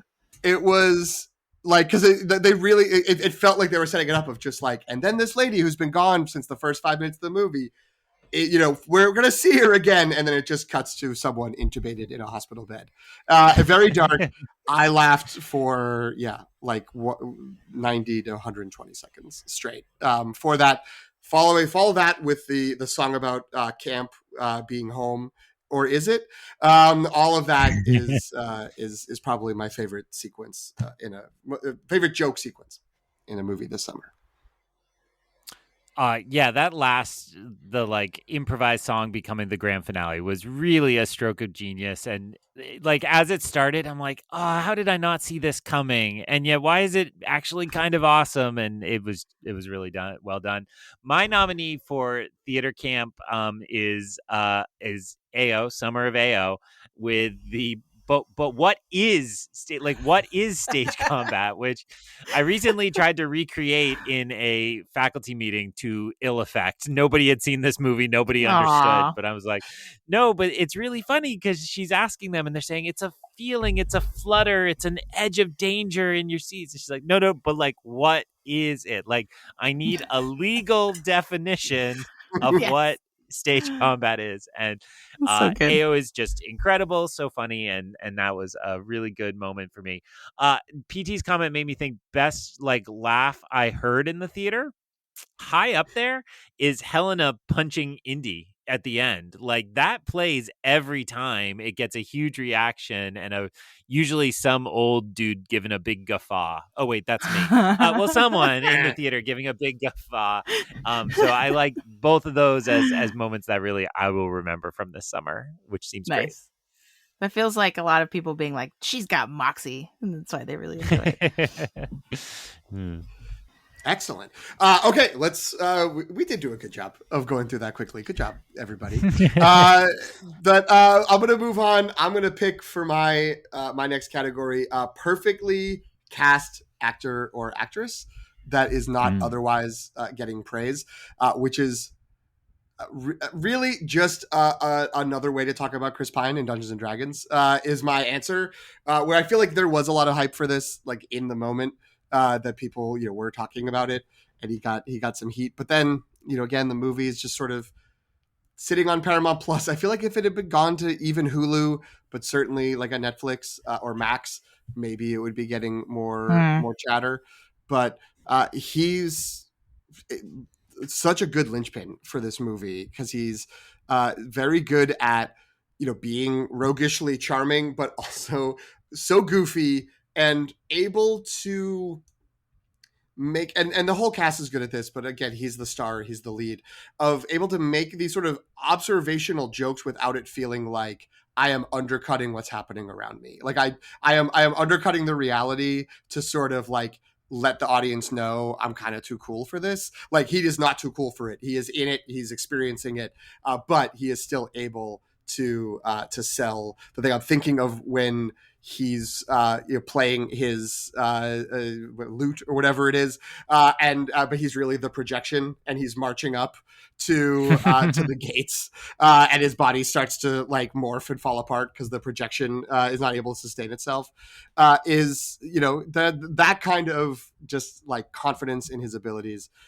It's I don't think the movie works as well without having a star with that level of commitment and ability at the center of it. Great pick. My favorite moment from his performance is when I believe it's the paladin says, "This is an incredibly powerful relic. You have to trust it. Be ever so careful. Don't let it out of your sight." And Chris Pine's like, "Yep, got it. Hey, hold this," and hands it to the wizard. Because that is exactly how I play D&D. It's like, "Yep, got it. Whatever. Okay, moving on." And again, that's just a clever joke because the wizard's got the bag of holding, but they never hold up a like lamp and say, "Hey, look, this is a bag of holding. Here's how this works." It's just how D&D works. So great pick and great performance. Completely agree. I am going to take for perfectly cast actor and actress. I'm very tempted by Haley Atwell in Mission Impossible because she's phenomenal, but this isn't favorite performance. We were saying like perfectly cast and maybe getting overlooked. So if that's the criteria, I'm going to go Shea Wiggum, not from Mission Impossible, but from Across the Spider-Verse, because Shea Wiggum plays Gwen's dad. And the emotion in those scenes is really, really good. And his voice performance is really good. And a reminder that voice performances matter in these films. It's not just trotting in some celebrities. Find somebody who's there. The fact that Shea Wiggum has kind of, when I think of him, I think of cops, kind of nameless cops from different movies, very much the role he's playing in Mission Impossible. And so to plug that into, the figure of Captain Stacy, and then he kind of becomes the stakes of the movie in some ways, or among the stakes because all the captains are going to die, and the emotion he ends up giving, and when he resigns, and it's a really nice performance done entirely by voice, and I would say overlooked because there's just so much crazy, fun visual stuff going on in that film. You kind of forget some of those voice performances are really good. We have some other good ones on the list, and so now I'm being indecisive because I think when you originally put this in our Google Doc, I was like, "Oh, Cillian Murphy and Oppenheimer," and then I was like, "Oh wait, but you specified not getting not otherwise getting praise." So then I was like, "Oh, and Margot Robbie's out, right?" So I just wanted to change the nature of this category to talk about other actors. But I think I'm gonna, because I think we haven't talked about Indy enough. I think, or just maybe to make up for my egregious disappointment discussion earlier. I'm gonna go Phoebe Waller-Bridge. PT I think put this on the list, but I really like this pick because she, I was a huge fan of hers from Fleabag, but it was like, can she make the jump from something like that to like a big action franchise movie? And I feel like she really was not running circles around Harrison Ford because that's disrespectful, but but I feel like she really was going to like she was a great match for him in terms of the energy, and she just like her performance to me indicated that she really understood what made Indiana Jones as a character tick. Right? She had kind of the like, and especially, and I think again to plug something else, Greg and I were on the Nostalgia Test. A colleague of ours, Dan, hosts another podcast and asked us to come to talk about Raiders. And I feel like on that episode, we really kind of talked about how Indiana Jones as a character really toes that line between sort of like rogue scoundrel, but also nerd. And I feel like she really had that same energy where like when she was in awe of the archaeology, I bought it. But then when she was like, I'm morally questionable, I also bought it. So I feel like yeah, she was amazing, and I'm actually that was probably one of the saddest things because we all know that Harrison Ford is winding things down, right? Like he keeps trying to be like, this is the last time I'm playing fill in the blank famous character, but I was really hopeful that if this movie did well, that maybe we'd see more of her as Wombat. and yeah, yes, I know. I just I know. Say Wombat on our podcast, and because I think that was really cute that she had a nickname. But yeah, so I feel like that was part of the disappointment for me was that like because this movie didn't do well, she's probably never going to get to play that character again, which is sad. I just want to give one honorable mention shout out because I don't know if there's another space to talk about the movie to Michelle Yeoh in A Haunting in Venice, which is not a particularly remarkable movie. It's a lot better than I thought it was going to be. I think it was it's been the best. I had the best reaction to it of the three Branagh Poirot movies, and I think particularly. She does a really good job of she's the sort of the spooky medium who comes in to lead a seance, and I think that obviously she's an amazing actress. I think that she does a really good job of like playing it straight while looking like she has some hidden motives, hidden secrets behind her. The whole because the movie is set, it's like 1947, I think, in Venice. It's post World War II. There's I not in any way called out, but I think very sort of subtle. Grappling with that era's Orientalism of how they would treat like a woman from the East coming and doing this, and I think that it's just it's a really solid performance, and I think because it's a movie that's sort of come and gone, and to the degree that it has an audience, the audience is not usually at the center of the discourse. It's easy to overlook her performance, so I just want to give her a shout. Nice. That actually makes me want to see that movie. Yeah, same. And this is nothing if not a Michelle Yeoh superfan podcast, I think. So absolutely more excited to see that now. I was also, the thing about you miss these small movies, and I'm like, it'll be on Hulu next week, right? I mean, Bottoms is already out on demand, and these poor small movies don't get a long window. Some good talk about good actors, and I just want to reiterate what Jen said. There's a whole bunch of really great performances that we could spotlight, and we will keep talking about as the fall continues, and the acting categories start to become more defined for the Oscars, because this podcast always has one eye on the Oscars. And cut. Okay. So my choice for which category we do next, I am going to go with one. When we started batting around ideas, I threw out like 5 or 6. And then after I named this one, I said, oh dear, things are getting very dark. And that is, I want to nominate the moment in a film that made you want to go home and rethink your life. And I mean this in the pure Obi-Wan Kenobi sense of like, oh my, this really deeply unsettled me. Now, the nominees we have listed here did not include the one I was thinking of when I came up with this category. In many ways, even though this nomination list does involve the atomic bombs of Oppenheimer. Mine is darker than even that, which is and I already kicked this movie a couple times. Why did I go see this movie by myself? I don't know, but I am going to nominate The Little Mermaid and an infamous new song that was added called The Scuttlebutt. And I am telling you, pause this podcast, go find the Spotify and listen to the song The Scuttlebutt. This is a Lin-Manuel original composition with orchestration by Alan Menken being performed by Aquafina. I left this moment in this film and I was like, maybe we were wrong about Hamilton. Maybe we didn't get this right.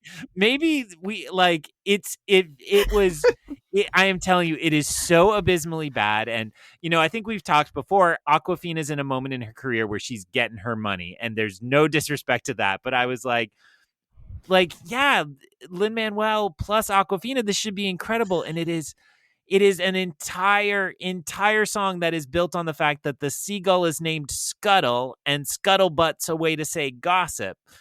And it's also the butt of a seagull. Isn't this hilarious? Let's sing a song about it. Oh my God, that shaved 3 stars off my Letterboxd review just in that one moment. And I really went home and I was like, come on, Lin-Manuel, I believed in you. I think I called you like the best intellectual of our time at one point, and now I'm in a dark place. So that is I went home, I rethought my life. Maybe I shouldn't go to children's movies by myself at a matinee.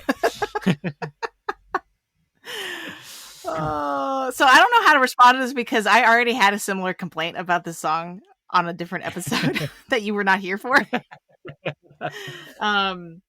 But I didn't mind it. So okay, so instead I will inject a funny anecdote. So after we did our first preview episode, so part 1, I made a playlist of all the original that potential very expansive potential original songs, and I put the Scuttlebutt on there in addition to a couple other Little Mermaid songs.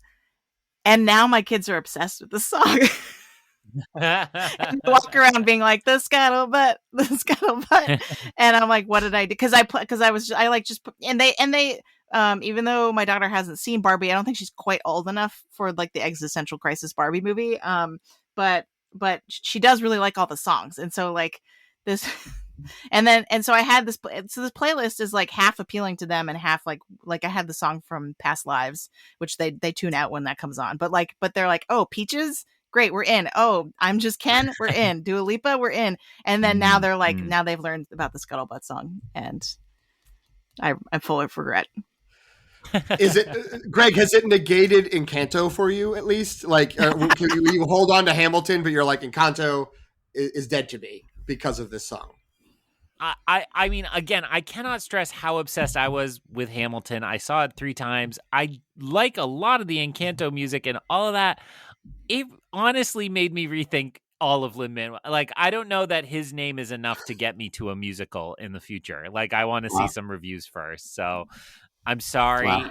It is just, it's dark, but I went home and rethought my life. And I did a little fire in the yard and burned my Revolutionary War soldier jacket that I had been wearing. And You're like, I'm a Tory now. I'm a monarchist. I want to return to the crown. Maybe this America thing didn't work out. If this is where we got to, let's restart. Oh, I don't know how to follow that up. Yeah, Jen. I don't know what your thinking is, and maybe you do have this. I don't want to say, well, it's because I'm more selective than Greg is, but I don't. The parameters of things that I'm going to see don't usually include movies where like I don't really know, and then there's some sort of moment where it's like, what have I done? In terms of going and seeing it in a theater, or even any of the new movies that I saw over the summer. So I'm going to go instead. I think more like, moments that cause an existential crisis, not because I don't know why I made the decision to watch this movie, but because I think that was the intention of the authors. But I did go home and think my life. So I will say 2 basically two things that have already been talked about in earlier episodes of the podcast. This isn't a clip show, but it is a long commercial for earlier episodes of the Long Take Review. So one of them is Greg's the one who brought it up in our Barbenheimer episode. So because I was there for it, I'm putting this as an honorable mention. It was watching Barbie laughing at all the patriarchy jokes and all these men and all the bad traits of men, and haha, those are other people. And then they came for the film nerds, and I was like, oh no, it's me. It was the film. It was the Godfather joke and the pavement joke back to back for the film nerd and the music nerds, and that was just like two shots to the chest to be like, okay, like I need to step back and assess myself, and that I'm not better than all these other people being targeted. So there's that on the one hand, and then the ending like 5 minutes, or the ending sort of pan and return in Past Lives, which was an amazing moment, because you at least for me, there's a moment when there's no dialogue, and it's just two people standing, and there's a pause, and you are very conflicted about what it is you want to happen versus what you think like is the right thing to happen, and like whether you're disappointed with what does happen. Like all of that kind of wrapping up is, I think, part of why that movie is so good, that it's and it is sort of, the whole movie is kind of in a very kind of quiet, small narrative sense, is barreling forward towards this in a way you don't know, to these final few minutes, and you're just like, oh my god. And it's like very emotional, and but also very introspective in a way that fits this category enough that I'll go with it. It made me think about what it is I wanted for characters in a movie. Nice.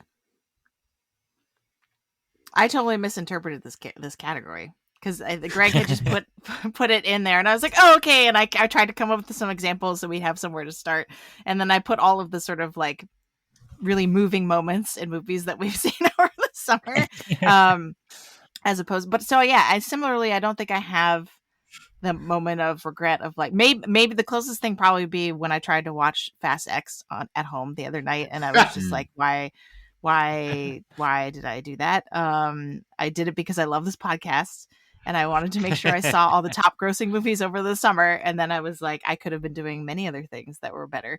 So that's probably my equivalent to what Greg intended. But we haven't really talked about Oppenheimer enough on the show. Maybe we should just move on to another category, because I feel like if I start talking about Oppenheimer, because I just saw it again last night, because it's on its way out of the IMAX theaters, and Barbie's about to take over. So I don't know, just the ending is still brilliant, but I also don't want to spoil it, so I guess I'll just leave that there. Be like, Oppenheimer is great, and really made me go home and rethink what we're all doing with our lives. Yeah. I think that's a great choice, because that is the goal of that movie, right? If whatever those quotes were that came out ahead of time, that's like, you will feel like a nuclear bomb went off in your mind.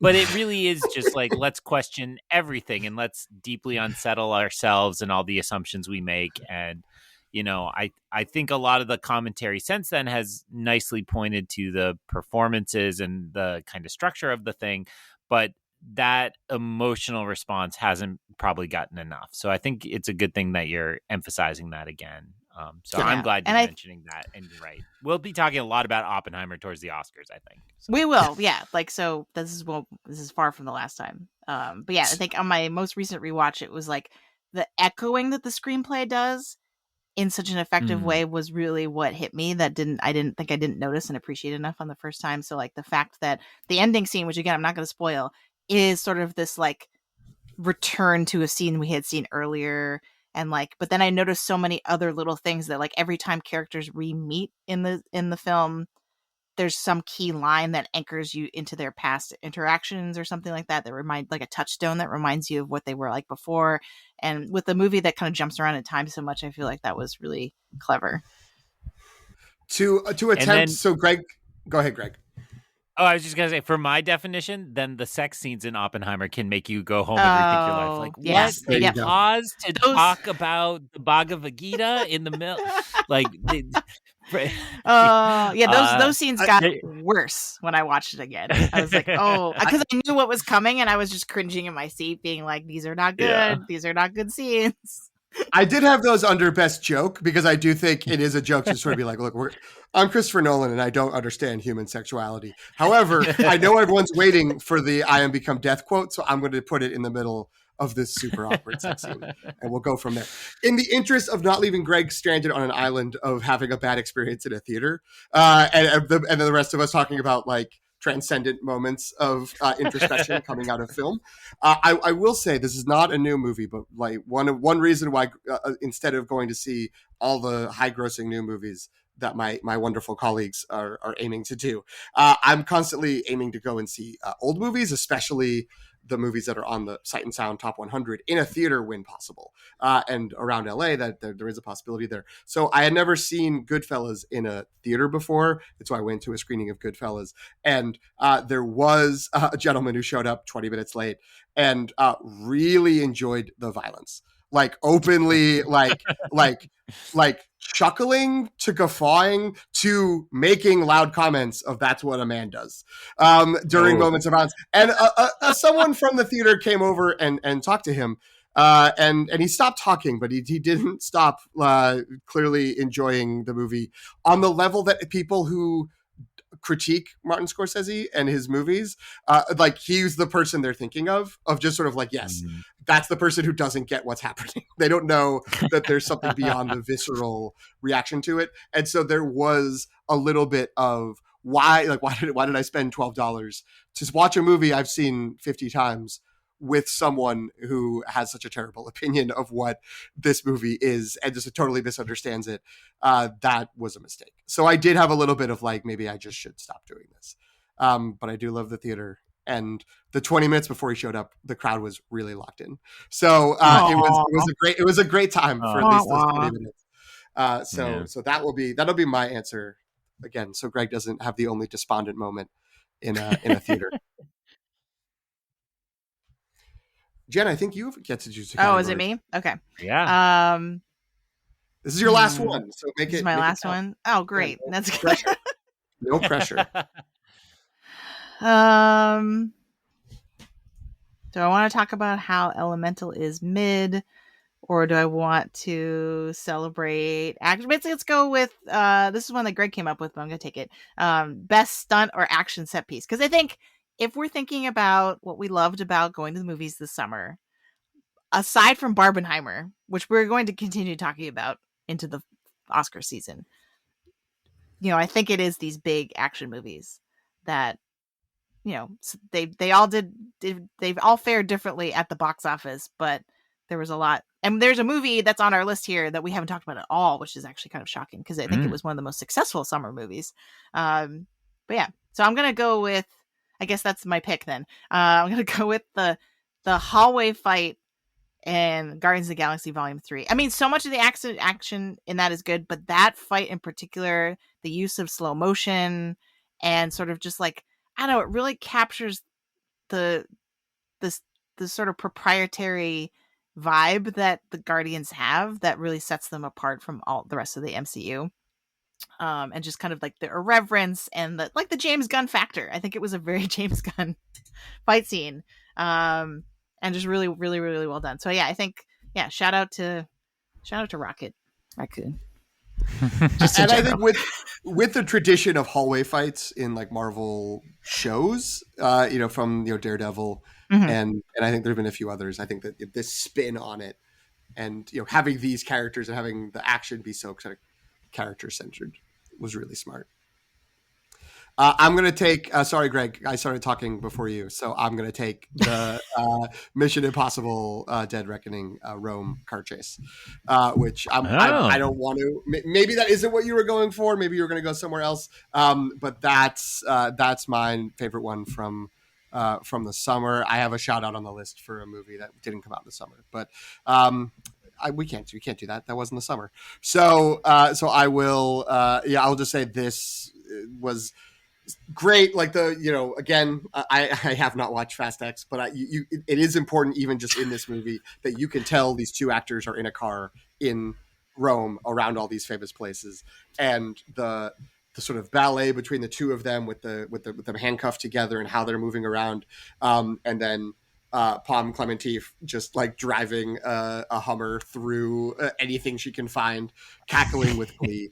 It's just a great time, and they're switching cars, and there's all these starts and stops.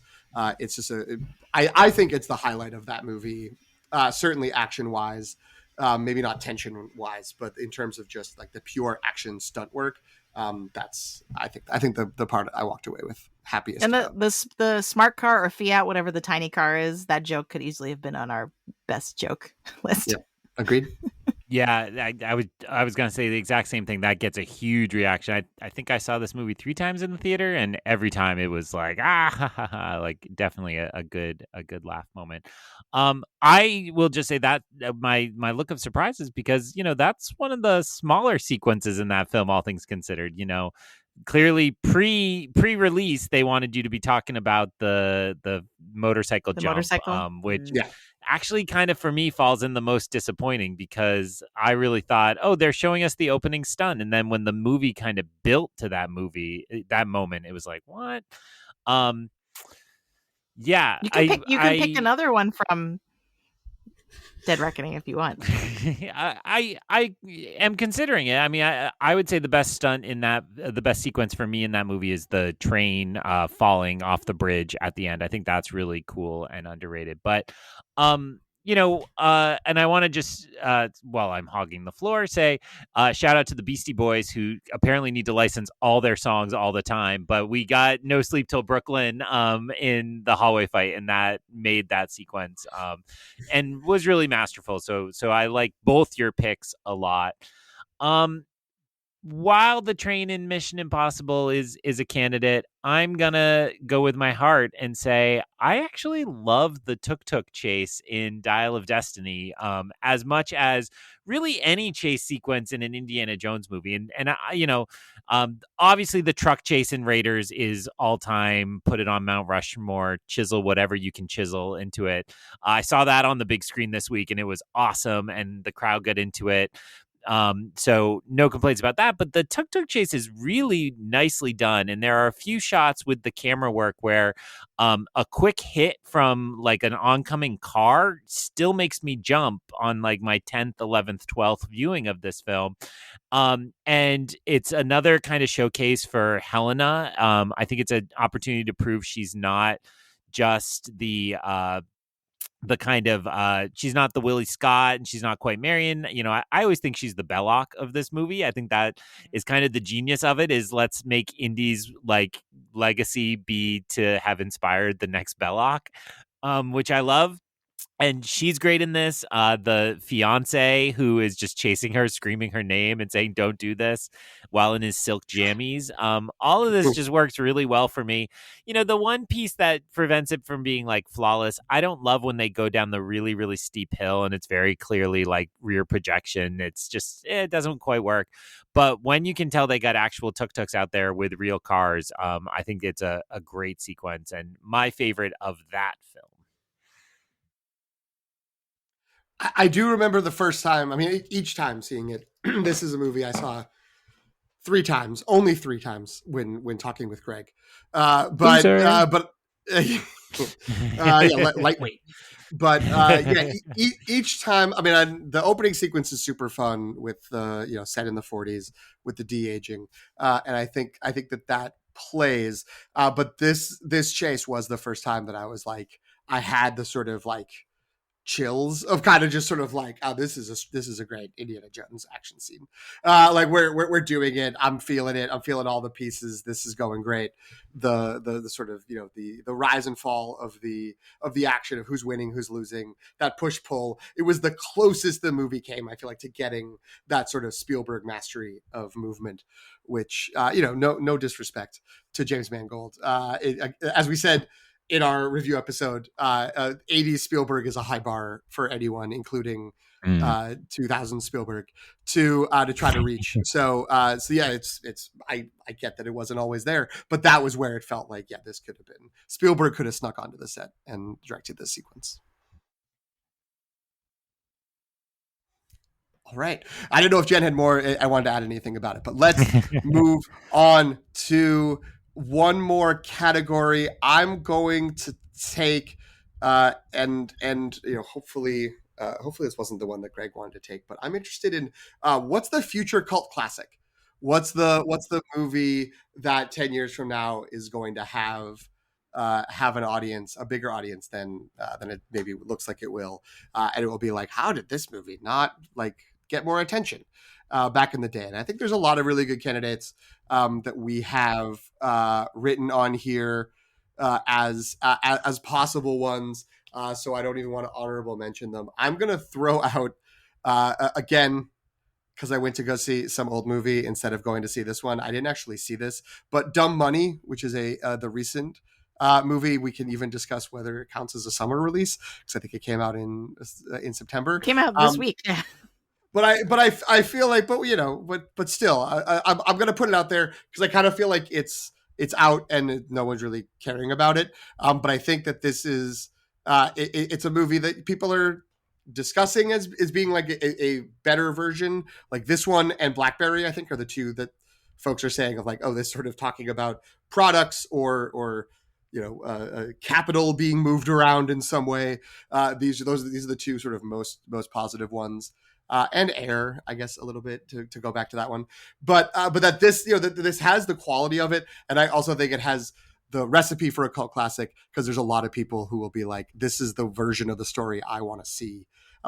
This is the little guys on the internet took down the big guys in the big buildings, and I want to see that story. And I think that like the reputation of this is only going to grow and build, and the people who will care about that don't necessarily go and see relatively small indie movies in a theater, but I think it's going to get on streaming, and I think people are going to start loving it, and there's going to be posts on Reddit in 5 years just being like, how come everyone slept on Dumb Money? Like this tells a great story. It's an important story, and I think that's the most likely candidate to go from where it is now to big chatter in the cult status. So the problem I had when I was trying to come up with examples for our list in the Google Doc was, I'm like, maybe I don't understand what a cult classic is. So does a cult classic have to be not popular initially and then become popular later? Or, you know what I mean? Like if by definition, does it have to be ignored now? I mean, I think so. I don't, if it's like is Star Wars a cult classic? Like, it was one of the biggest movies ever made when it came out. Like, yeah. It just feels like it was very popular. And, like, it has that kind of, like, oh, it has its fans that are nerdy and all that. But, like, I don't know if it would be called, like, a cult movie, even though there is a cult around it, which we're all in, no, not attacking any listeners out there. But, yeah, I think of the term, and again, maybe I'm wrong and I could be way off base, is sort of, this movie was missed, this movie was forgotten, this movie was underappreciated, and as time goes on, people gravitate around it as like, this is sort of a hidden thing that wasn't seen, wasn't found. Yeah, and some of the bigger, I think that's right, or at very least, even if it's moderately successful in theaters, it just has a longer life in home release and so on. So like right now I think about there's a huge reconsideration of Jennifer's Body going on, which is a movie that kind of flopped when it came out. It was Diablo Cody's follow-up to Juno, and everybody's like, oh nope, she wasn't a thing, we were wrong. And it's got this kind of huge life right now, is kind of internet favorite. People talk about it a lot and kind of say we missed this one. So a movie like that, or even something like Shawshank Redemption, which I think was like fine on its theatrical release, but then became like everybody's cable go-to rewatchable, and so had this like really long life within it. So I think those definitions are there. So on the nominees, if we're thinking about what will be played as the midnight movie at movie theaters forever, it's got to be Barbie. It's just hard to call that a cult classic when it's like, oh, it took over the entire world and will continue. But when the kids who are like 15, 16 right now are in their 30s, they'll still be watching Barbie, which feels to me like a kind of a cult classic. So I don't think you were way off base for that. My nominee is not on this list, so I'm really glad PT picked this category so I get to talk about, is Bottoms, which I saw a couple weeks ago, and we have to complete the AO trilogy by mentioning her third great performance that's not a television performance that really helped her win the summer. And this is really fantastic. Exactly the kind of movie I think will be a cult comedy. So the trailers have sold this as a kind of queering of the teen sex comedy. And that's not wrong, but I think for a variety of reasons, they are underplaying how absurdist this is. So they're kind of making it out to be, so if people haven't heard, I'm going to try not to spoil this one because I do think it's kind of a missed one on this summer. It's about two lesbians who, as they say, they are the untalented gays at the high school. So nobody likes them. Everybody likes the talented gays. And so they, because they're so unpopular, they decide to start a fight club to purportedly teach women self-defense, but in reality to get to wrestle and get out your hormones with the cute girls in your grade and the cheerleaders and so on. And it's being sold kind of as that kind of thing. And it's from the writer-director of Shiva Baby and the star of Shiva Baby, which was a moderate kind of pandemic hit, I want to say, is when it hit streaming and did pretty well. It was pretty fun. But I think this was so brilliant and so packed with jokes. A lot of it is improvised and just the background. So in a normal high school, sure, like all the kids worship the quarterback in a normal high school movie, but this is like they literally worship him, and the principal will just say outright like he gets whatever he wants, and sorry, your comments made him uncomfortable, so you fail history class and things like that. And the kind of big stirring joke in the middle is the two main characters have had graffiti on their locker making fun of them, and the janitor always wipes it off, and the stirring climax is the janitor refuses to wipe off the graffiti, and you get the stirring like no to the janitor who doesn't give a shit. So doesn't give a stuff because we don't want the explicit tag. So it's just totally absurdist, totally over the top. I think people have rightfully pointed out that the end kind of goes so far that it really just kind of strains credulity. But I between this and Theater Camp were the big laughers for me, the big comedies this summer. I don't think any of us saw Hard Feelings, which is probably the other comedy that did pretty well this summer. But I think this is one where once the kind of Gen Z discover it on streaming, I think they'll really eat it up, and it'll be one that gets rewatched forever. From our generation, I would liken it to Drop Dead Gorgeous. Did you ever watch that one? Mm-hmm. It's that kind of black humor, and Nice. has a similar cast where I'm sure a lot of these people will be very famous, and you're like, wait, Amy Adams and Kirsten Dunst were in a movie one time? Yeah, so. All right, nice. So I think we've talked about Turtles enough, but that probably would be my true pick, because I feel like if we're thinking generationally, I think this is, as we said before, this is going to be like the entry point for a lot of younger viewers. And then if this becomes like a successful franchise, I can definitely see it become like everyone slept on this one potentially, but then later it becomes huge. And shout out to my neighbor Chase, who's in high school. They are a huge Turtles fan, like obsessed with Turtles, and they were like, this is the funniest movie I've ever seen. I love this. Like, I can't wait to watch it when it goes on streaming. Like, and they had nothing but good things. And like, you could tell that the sort of like the younger humor, which sounds terrible, it makes me sound really old, but like, like just, and the fact that they're actual teenagers, right? Like all the choices that they made, I think are really smart in terms of catching younger viewers and making them feel seen and making them feel like this movie was made for them, or like is authentic in a way that maybe isn't is we found amusing but isn't really like doing that same sort of deep work of like, this movie, like I identify myself in this movie. So although the 90s throwback in the soundtrack I feel like does that, so maybe it's hitting at all levels, just in different ways. So that I think that would be my smarter pick, but I do want to kind of mention a film that we haven't mentioned at all, which is They Clone Tyrone on Netflix. And I feel like because it's next Netflix movie, and it's kind of a weird thing because it's like a weird blaxploitation sci-fi movie. Like it's not easily categorizable, I think, in terms of genre. But I feel like because it's on Netflix and like it came out on Netflix and like some people were like, hey, this is pretty good. Like, but it didn't it didn't make it into the larger discourse, I think. But I feel like because it's on Netflix, it could get rediscovered later and become a big thing. I believe that was also another Barbenheimer counter-programming attempt. It came out that weekend. It was put on Netflix that Friday. And yeah, I mean, there's people who definitely have talked about how great it is. I regrettably have not watched it because, as you sort of intimated, it came out on Netflix and then immediately disappeared because that's how Netflix works sometimes. But every once in a while, there's some Adam Sandler movie from like 5 years ago that is like the number one movie on Netflix for 2 months. And I feel like, yeah, maybe sometime when we get into those doldrums post-strike, now that people are back, but they haven't quite got all their content machines back up and running, maybe They Clone Tyrone will come back up to the surface and folks will rediscover it. PT, we just got totally sandbagged because Jen's like, I don't understand what a cult movie is, and then names the perfect answer for that question. Right.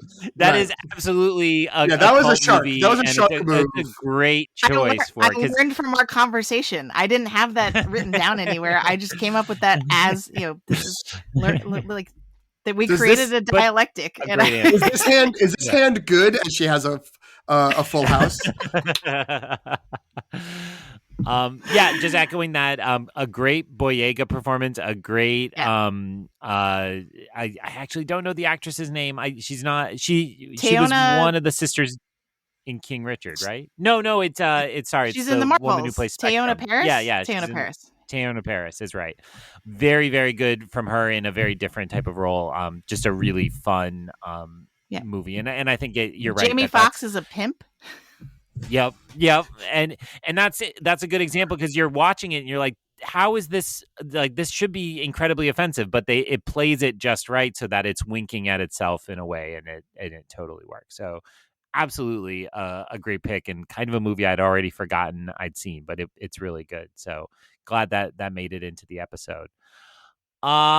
Well, actually, the category I was going to go for was hidden gem, but I feel like we just gave our hidden gems. There's one more listed here that I think PT saw, but hidden gem and future cult classic maybe kind of overlap. I definitely would have answered bottoms as that one. So, hey, I've been really terrible at times tonight. So let's end on a sappy, sentimental note. And let's go with biggest tearjerker, because we are Knuff and we are modern enlightened men and women. And so we can be in touch with our emotions and express that. And that, of course, lets me, Dial of Gregstony, as my Zencaster name is tonight, close one more time by talking about my favorite movie of the summer, which is Indiana Jones and the Dial of Destiny. And it would be the very end of the film when Marion shows up. And, I think there was a lot of suspicion ahead of time that Marion would be in this. Karen Allen has come out and said originally it was conceived that she would have a very big role in this. But I will say this was absolutely perfect in every way. The way you're through the adventure, even though Indy has learned his lesson, he feels like he's still really like given up and doesn't belong there. And you get that Wombat not only brought him back from the past, but did in fact put his life back together. And the second Marion walks in, my eyes started to well. And then they do the Raiders dialogue. And there were there are cynical critics out there who are saying this is just fan service. But to me, this was brilliant because all three of us are in couples. This is what couples do, right? You have your in-jokes, you have your thing, whatever that stupid pet name thing is. And theirs is the moment of, well, where doesn't it hurt? And as the conversation hits that and you hear Indy say those words, that's where I lose it still every time I watch it. And you see this way in which they are the exact same people, but life has happened since they did this on the boat with Captain Katanga's cabin. And it's just so incredible to realize we got to go on this journey with these characters, and they're back together. I think PT might have said this in our review. Go back and listen to the clip. But like Karen Allen leans into a hug with Indy. I believe it's when he's kissing her neck, and she smells him. And it is so great. It is like such better acting than anything she did in Crystal Skull. It's like cut her entirely out of Crystal Skull and just give her this one moment where you see a woman who's like, dang, he's still got it. And it works every time. Right. And so it's just this beautiful moment. It has me sobbing. And then to quote Mallory Rubin, it is now canon that Indiana Jones makes love only when wearing his fedora, which is the last shot of the movie. So it's a really great scene. It's my favorite of the summer, and really just close that movie. I don't think we're ever going to see Indy again, and I'm satisfied with that. That did it for me. Nice. Mine, I'm torn because I'm like, I have an intellectually better answer, which is America Ferrera's speech in Barbie, which I did genuinely cry at, and was like, this so accurately captures a lot of my experience and how I feel as a woman in America, just in the world, I guess I should say. But to be me, I gotta go with Rocket Raccoon in Guardians of the Galaxy Volume 3. I was so upset with this. I mean, there were multiple times that I teared up probably during this movie. And there's a lot in the movie that is like really tough to like. All the baby rocket stuff is tough to watch. But I feel like the fact that James Gunn could take an anthropomorphic raccoon and make me feel that much in those final scenes, which I don't want to, in case someone hasn't seen it for some reason, I don't want to spoil it, but like, and I don't need to spoil it, but like the fact that I'm like, there's a walking raccoon and I'm crying, like, is really impressive, right? And like that does say something about me and like, my love for cute things and animals. But I feel like that's been the brilliance of Rocket Raccoon as a character, is that he's like and mostly like the same thing with Groot, like giant magical tree, that sounds absurd, and yet like we treat them as real characters that have these arcs and have this emotional impact and stuff like that. And so I feel like I'm a little sad now that James Gunn is at DC because of this movie. So maybe I'm crying because of that too. But what if he has a Superman movie that's got that kind of emotion locked into it somehow, and like you're crying about, I don't know, Brainiac. We're not really relitigating our Flash. That's true. So I deferred to you. I was pointing desperately at you to go after Greg, because like there were two things left on the list, and I was like, I don't know which one it generally wants. So like they're both what I would say. So I will say that, I mean, my real answer would be the end of Past Lives, but I've already talked about that here. That's probably the most sort of like emotional I got during the theater experience.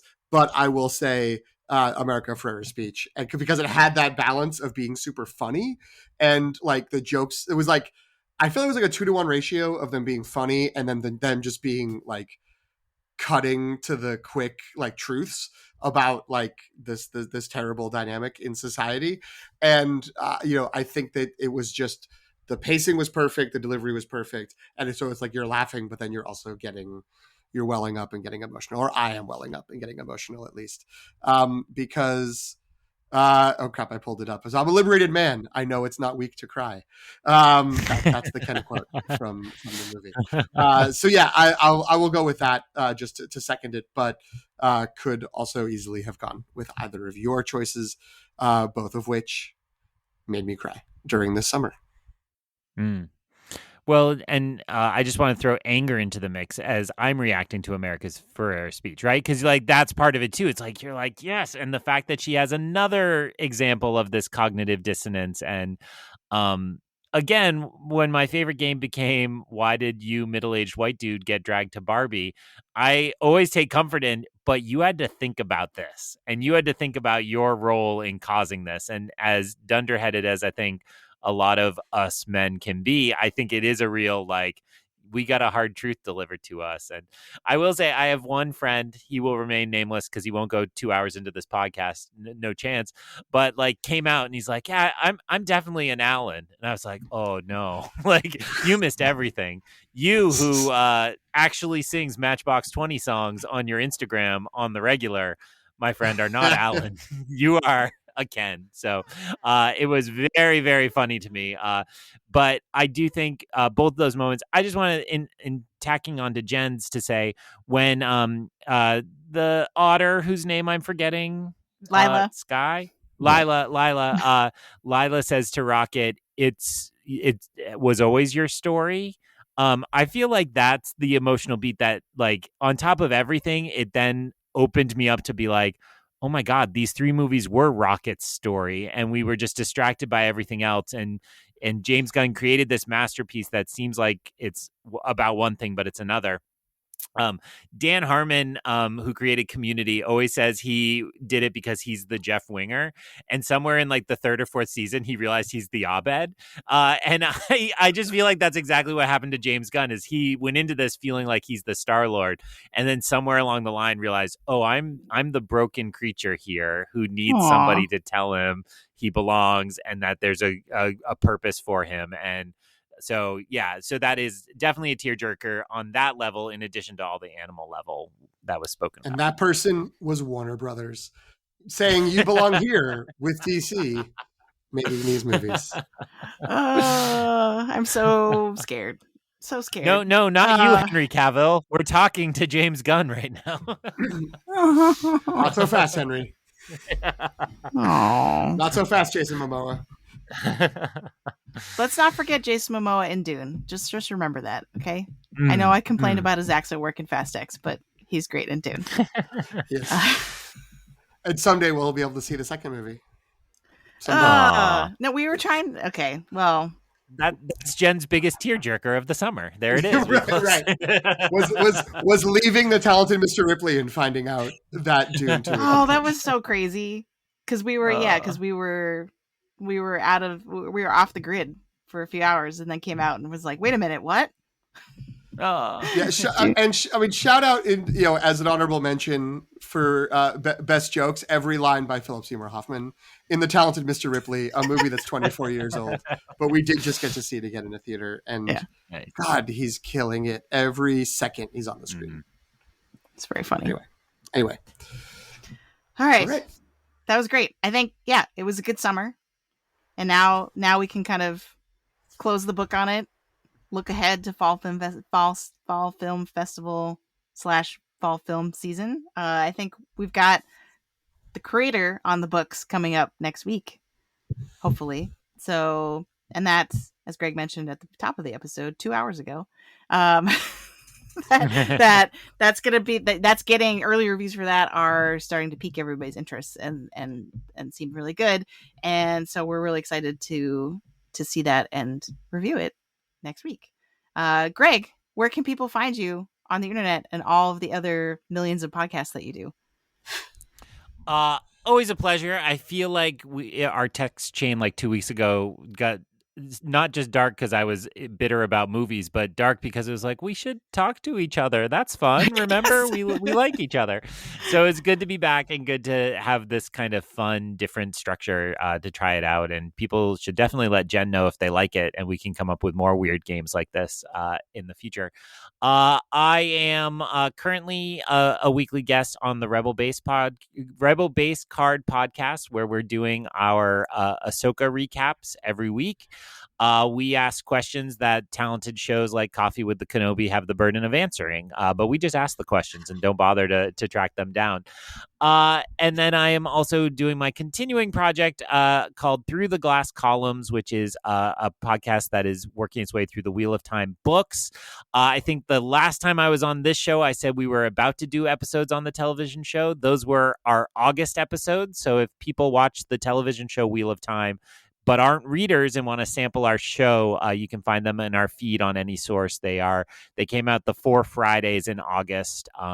The second season of the television show is apparently really good. My co-host didn't allow me to watch it, but I'm looking forward to a second set of those episodes, again, for those inclined to watch movies and shows and not read books. No shame. We'll be there for you. And you can find my writings at ioncanon.com, which links to my Substack. A long gestating Indiana Jones and the Dial of Destiny blog post, I swear, is finally coming this week or next week, as soon as I can clear some grading off my plate. All right. Looking forward to curse grading. Oh, tell me about it. PT, where can folks find and follow the Long Take Review? Well, they can follow us on Instagram and Threads at the Long Take Review. They can also send us any emails that they'd like to communicate with us in a non-social media venue at the longtakereview@gmail.com. And I don't have a Star Wars podcast upon which I can share my Ahsoka views. So that means that Jen and Greg independently and together have to deal with just walls of text from me after an episode airs, and I know that they've seen it. So my condolences to them for having to deal with that. I think we have a bonus episode to do a season retrospective in us. I think that would be appropriate. The long TV review. Yeah. All right, great. And you can follow me at Sobchakchai, SOPCHOCKCHAI on Instagram and Threads, and Qui-Gon Jen on Letterboxd. And you can, we've mentioned a bunch of movies, I realize, this episode that I've written reviews about on the longtake.substack.com. So if you follow us on your podcatcher, but you're not on the longtake.substack.com, I've got a written review of Teenage Mutant Ninja Turtles, Mutant Mayhem, of Oppenheimer. I never did a review of Barbie, so I guess I gotta do that. I don't know how that happened. Well, luckily we're finishing recording early this time, so you can do it tonight. Whip off a quick 2,000 words on it. Yeah. Well, we'll get it in tomorrow night. In the offer, I know, right? Well, that's really and you can also right now you can find because this is what's consuming all of my time. You can find my weekly reviews of Ahsoka on the Long Take as well. So, all right. This was fun. Thanks, everybody. Bye, guys. Bye.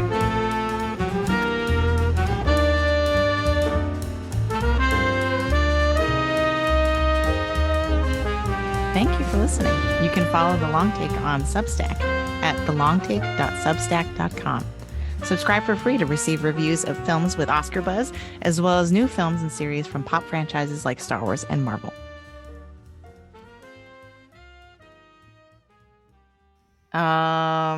All right, this is us officially starting again. Should I clap so I can see this in the... I'm just going to do really loud things. So then when I'm editing this, I'll know where it is. I don't know if that'll work. We'll see. Because I know clapping is the thing people do because they want to sync up the tracks. You do it all together so the lines are obvious across them, right? Oh, do we all have to clap? Oh. Yeah. Ready? Okay. One. One, 1, 2, 3. Okay. Leave all of this in. Yeah, put this at the end of the episode. This could be our post-credits thing. Three university